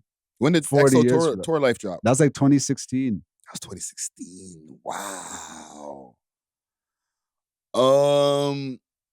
It might have to be like my pussy pink, my booty hole brown. Like I think in R&B, there's some timeless hits for sure. Like that Kalani Folded. Yeah. But that's just new entry. You know, even Made for Me. Okay. You know, like there's some R&B timeless ones. You know? Yeah. Like when it comes to rap. Whoo. Big Drip. Big Drip. She went in there with a big blip. I don't even know the words, but you know what I'm talking about. Fabio's tune there. I don't think man's gonna be bumping that 40 years from now. I hate to bring this up. But like, not like us, maybe. Yes. But it's also from one of the older people, right? But yes, well, not like us would probably be one of those. Yeah, no, but you're right. That is from one of the 2010s class. So, but you know, it can enter into a song that came out now or in the 2020s. There's another one. I feel like Travis Scott has something in there that is from the 2020s that's gonna run. Fiend? Could be. Because that was his like last major hit. What about the Birds in the Trap album? When did that come out? Oh, that was 2016. That was 2016. Yo, 2016 had some good times, bro. Fuck. Sicko Mode. Bro, that was 2018, eh? Ah, damn, bro. The pandemic really mashed up some shit, bro. Niggas don't even know how to make music right no more, bro. Oh, man. Damn. It's all just like this fast food music right now, bro. No, but it got worse because we were already complaining about the fast food thing prior to 2020, bro. We were like, yo, all of these guys are making McDonald's music, but like it was better McDonald's music than now. Now it's worse because, like I said, 85% of the hits of last year they went viral on TikTok first. Yeah. So I think niggas is making music for TikTok, which makes sense because that's what's gonna make them go. Yeah. But like because they're making this fast-paced algorithm music, maybe it's not the soul is not in it. But we went through this in the ringtone times. Okay, when ringtone rap was like getting popular, and that was another dark time where the music wasn't as good because people were literally just trying to get a ringtone. Yeah. But right? some of those songs still last, like Kiss Me Through the Phone. This is what I'm saying. This is like, literally, I was just about to say, even in the time where mans were intentionally just trying to make beep, beep, beep, beep music, like some of those tunes are running to this day. Like they make 281-334-8004. What? Yo. Freaking, oh, I think she liked me. Ooh, I used to hear that coming out of people's phones. Yep. Fam, you can still get that off of the old school set, and the youngins are gonna be like, yo, twerking and shit. Facts. It's getting used in TikTok sounds like right now. Like, fam, like, even in those times, you could still get hits off. You're telling me that now, mans are not making no hits? What about like Don Toliver? He's had like a 1-2 this decade on TikTok. Is he a rapper? Because I think that like I don't know. I think his music will last because he's getting to that echelon, you know? He's getting labeled under rap when they put him up on different platforms and stuff like that, or like when he's getting nominated for different awards, they put him under rap R&B. Okay, because all of my favorite songs from him, he's not rapping on that shit. Yeah, but they're I don't know, like, I guess they're trying to give rap a pass. Like, fam, like, I know you guys are hurting right now, so we'll push Don Toliver on your team, but like, technically he's on the R&B team, but like, he will let you have him still. Yeah, he has a lot, and there's enough auto-tune in there so you could use him on your team. But he's like hybrid because like I think the traditional R&B singing type niggas is like he's not one of us though. He's not belting. He's not falsetto. They ain't belting now neither. They're starting to get back to it a little bit. Yeah. Most of them are like light voice freaking whisper singers, bro. They got nice tunes, but they ain't belting shit, bro. Yeah, like Low Shimmy and those type of guys. Yeah. But like, bro, we need to examine this on another day where we could like really like unpack this. Yeah. But that post 2020, and we brought this up in the beginning of the pod, bro. This post 2020, I think it kind of just like numbed everything down. Yeah. And the creativity that was supposed to happen in that time when you're locked down and you don't got much to do, it seeped over to us. Yeah. Like, we got creative, bro. Like, mans are figuring out different ways of posting shit on the gram. Andrew Schultz was like, turn your phone sideways. They're creators who don't make no music. We're just like, I found out a way to make people really pay attention. Yeah. All the rappers are like, yo, I ain't got no shoes. Literally. You know what I'm saying? But some rappers came up with like really introspective, amazing music during the pandemic. Yeah. And they don't get no love. You know what I'm saying? Like, there's a 1-2 that gets some love here and there, but for the most part, they don't get no fucking love, bro. Yeah, but I think it's on them to kind of figure out the formula to get the audience. Yeah, you know? Like, yeah. Like, we can't get your audience for you. You have to figure out what you need to do to attract people to yourself. You know? Yeah. Well, listen, salute to all the artists out there, man. Like I said, we're going to re-examine this.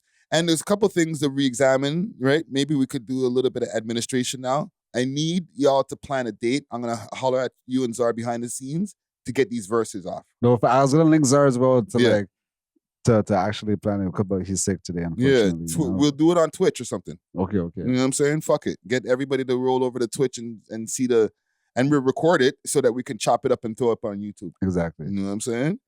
I got one more thing for us over here.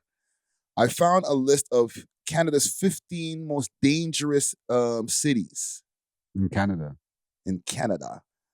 And this list be changing every few months just based on whatever statistics that are going on. So if you could pull this up on the screen over here, this is courtesy of Croatian Traveler. Right? Canada is often seen as one of the most safest countries in the world, but crime is rising unevenly across the major urban areas. In 2025, index data reveals sharp differences in violence, property crime, gang activity from one city to the next. The rankings draw on police-reported incidents, safety scores, drug-related trends, and year-over-year crime growth to present a fuller picture of the urban risk. Okay, before you go through this, I have one question. Talk to me. Is Scarborough considered a city, or is it considered a part of Toronto? It's part of the Toronto. It's part of Toronto proper. Okay. And but Mississauga is its own city. Yeah, Mississauga is like part of the GTA, basically. Okay, yeah, because they got their own mayor and shit too. Okay. You know what I'm saying? This list is surprising, man. So let's pull up the list here on the screen. So number 15, Windsor, Ontario, Edmonton, St. Catharines, Ontario, Saskatoon, Nanaimo in British Columbia, Regina, London, Ontario, Kamloops in BC, Brampton, Hamilton, Sault Ste. Marie, Winnipeg at number 4, Greater Sudbury at number 3, Kelowna, BC, which I feel like is like a ski resort town, right? But Kelowna, BC, and number 1 most dangerous city in Canada is Surrey, BC. I don't know what to hit, if it's the air horn or the X-Files sound, you know what I'm saying? So Toronto didn't even make the list. It's not even on the list, bro. Toronto is a mesquite city. The little 30 hats. Well, I could believe Surrey definitely as number 1 because just from, all of the different things that I was seeing after the 32 times past, and even before that, I've done documentaries on T-Sav, who was like an alleged hitter for the Brothers Keepers gang over there. And there's all these gangs over there in not just Vancouver, but like mainland BC, they call it. So Surrey, Langley, where the next the pimp was that we just talked about earlier. Yeah. Like all those places are all freaking taken over by gangs, bro. And they have bare gang wars. So I could believe they're number 1 for sure. I know a couple mans that went OT, and the places they went is on this list, so like it kind of makes sense. Sault Ste. Marie for sure. Yeah, I'm kind of surprised. Well, am I surprised that Toronto's not on this list? I thought there will be like, because the way man's gone, you'd be like Toronto would be top 3 on the list. The thing is, we're a world-class city, so our population is higher than most. Because keep in mind, this is by per capita, except with the exception of BC, right? But BC still has less population than us. Okay. Right? So in the end of the day, for the amount of people that we have here and the amount of crime that's happening, it's not as bad as these other places. You know what I'm saying? We got it under control. Like, sorry. We reported like probably a month ago about the 30 murders that happened in 1 year, in 2025. In comparison to the 6 million people in the GTA, maybe 3 to almost 4 million people in Toronto proper itself. Yeah. That's very good. No, it's the true. murder's not good, It's but true. the numbers being that low, fam, for a world-class city, we're very safe. Hamilton be popping off, bro, and they don't got that much people over there. Yeah, even when I visited Hamilton a few times, like it just looked like a place I didn't want to be. It's grimy, bro. We reported on the shooting that happened with a teenager. He popped off in the mall. He killed one innocent lady and hit another person. It was like some teenage white youth that they put up on the screen. This is in the middle of the day in Hamilton, bro. I was gonna ask if he was black. No, it was a white youth, but like, and BTS shit, but whatever. I'll bring it in front of the scenes. Somebody hit me up like, you don't even know what's really going on there, old head. He was trying to get at his ops. Like, shut up. You I don't hit care. 2 women though. You hit two innocents, fam. I don't care what you were trying to do, bro. Like, so what? Is that supposed to excuse what he did? Like, nah, fam. Get out of my DMs. So, okay, seeing this list. Mm-hmm. Well, first I ask you, like, are you incentivized to like travel throughout Canada at all? Like, because like man's like us, we can't go to the States, So like, I know, right? This is the bad PR. I've been to BC in the last 3 years, and it's been cool, but I haven't done as much deep dives and documentaries before that, right? So now I'm kind of like, not apprehensive, I'll still go, but like I do understand that there's an element out there that people could be like, yeah, I've seen you. And the thing is, it's not just some erratic, just whatever, just thug-a-bug gangsters. Like, no, you guys are organized, so mans will know when you're in town. Because I'm not gonna lie, before seeing this list, I would like, because I've been to Edmonton before, you know what I mean? Like, so, and I want to go to Vancouver. Yeah. I would have went there thinking shit sweet, you know what I mean? Like, just be, oh, you guys are blah, blah, blah, but like. I think you could still get away with being in Vancouver. Okay. You know what I'm saying? But like, if you're in Surrey and like you're trying to spend your time around Surrey and be in the spots and stuff like that, you may as well just go half an hour over there or 20 minutes to Vancouver. Yeah, you know what I'm saying? Edmonton, you said Edmonton. You know that one of their nicknames is Deadmonton. Oh yeah, I heard of that. I heard of that. Yeah, it goes down over there, fam. And there's been like a heavy migration of the Somali community that came from here in Toronto. Yeah. That moved over there in the 2000s times, like in the 2010s times. That in turn, no offense to the Somali community, but their crime rate went up exponentially during that time. That kind of makes sense because when I was visiting there, I think at the time our minimum wage was probably like $13, $14. Yeah. And theirs was like $19, so like $18, something like that. Something crazy. Mans go over there, do the oil mining, to do whatever, come upon some bread, like on the legal ways. And then there's enough mans that go over there. A lot of these documentaries that freaking Six Tails and myself, the shootings that happen with all the Toronto mans, they don't even be in Toronto. They'll be like, yo, so-and-so got shot in Edmonton. And I'm like, damn. So it's not just these cities. It's a combination of these cities. They mixed with the Toronto stuff too, and Montreal. And then like, you know, we're all out there trading money with each other and shit happens. That's the next thing. Montreal's not out here? Montreal's not on there neither, bro. And they got bare organized crime on there, fam. But again, big city, they've got it, just got it under control. Very safe. Way more safer than these places, apparently. Right? Unless like we're looking at a cap list, but I'm gonna go with I believe this list. No, I lived in Montreal but I lived downtown, you know what I mean? So I can't speak on the trenches over there, you know what I mean? But if like the average person wanted to go to Montreal, you're fine. Yeah, you're fine. Downtown core, you're blessed. Though. You're more than fine, fam. And I've well, it depends. Don't be wearing no Leafs jersey or something. Yeah. Don't do that. You're not fine. Then you're not fine. You're asking for it. But I will say, like, even when it comes to Montreal, like, you could even go to certain hoods and stuff. And I'm not trying to smalls the mans who are living in the hood and stuff like that. But like, you can go to the hood and stuff as long as you're not mixed up in anything. Nobody's gonna do nothing to you, bro. You can go to Côte-de-Neige, NDG, you know, Montreal Nord and all that shit. You'll be fine. Fam. Yeah, I've been Côte-de-Neige, I've been NDG because a lot of the dance-up parties are with DJs, they're not downtown. So. Yeah, fam. It's not like an element of danger. You're not in like Compton or like these different places. Like, fam, Canada's a safe country, fam, for the most part. Yeah. You know what I'm saying? I'm not saying you guys ain't gangster, but calm down. Yeah, I thought of some few crash out stories that I experienced, like not myself, but like those are just rare exceptions. I don't think that's like.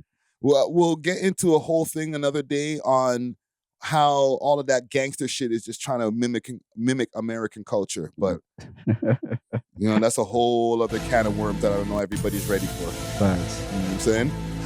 I think we could wrap it up here. It's been an interesting episode, a lot of ups and downs. You guys might be able to get some behind the scenes content of seeing a different side of Friday. Yeah, it went down. I got scared. It got spooky. Right? Salute to Dusty Wallace, a Scary Potter, but I became the Scary Potter today. No, facts. Let's get out of here, man. Thanks for watching. If you enjoyed this video, please make sure to check out these other videos on the screen and make sure to like and subscribe. We love hip hop.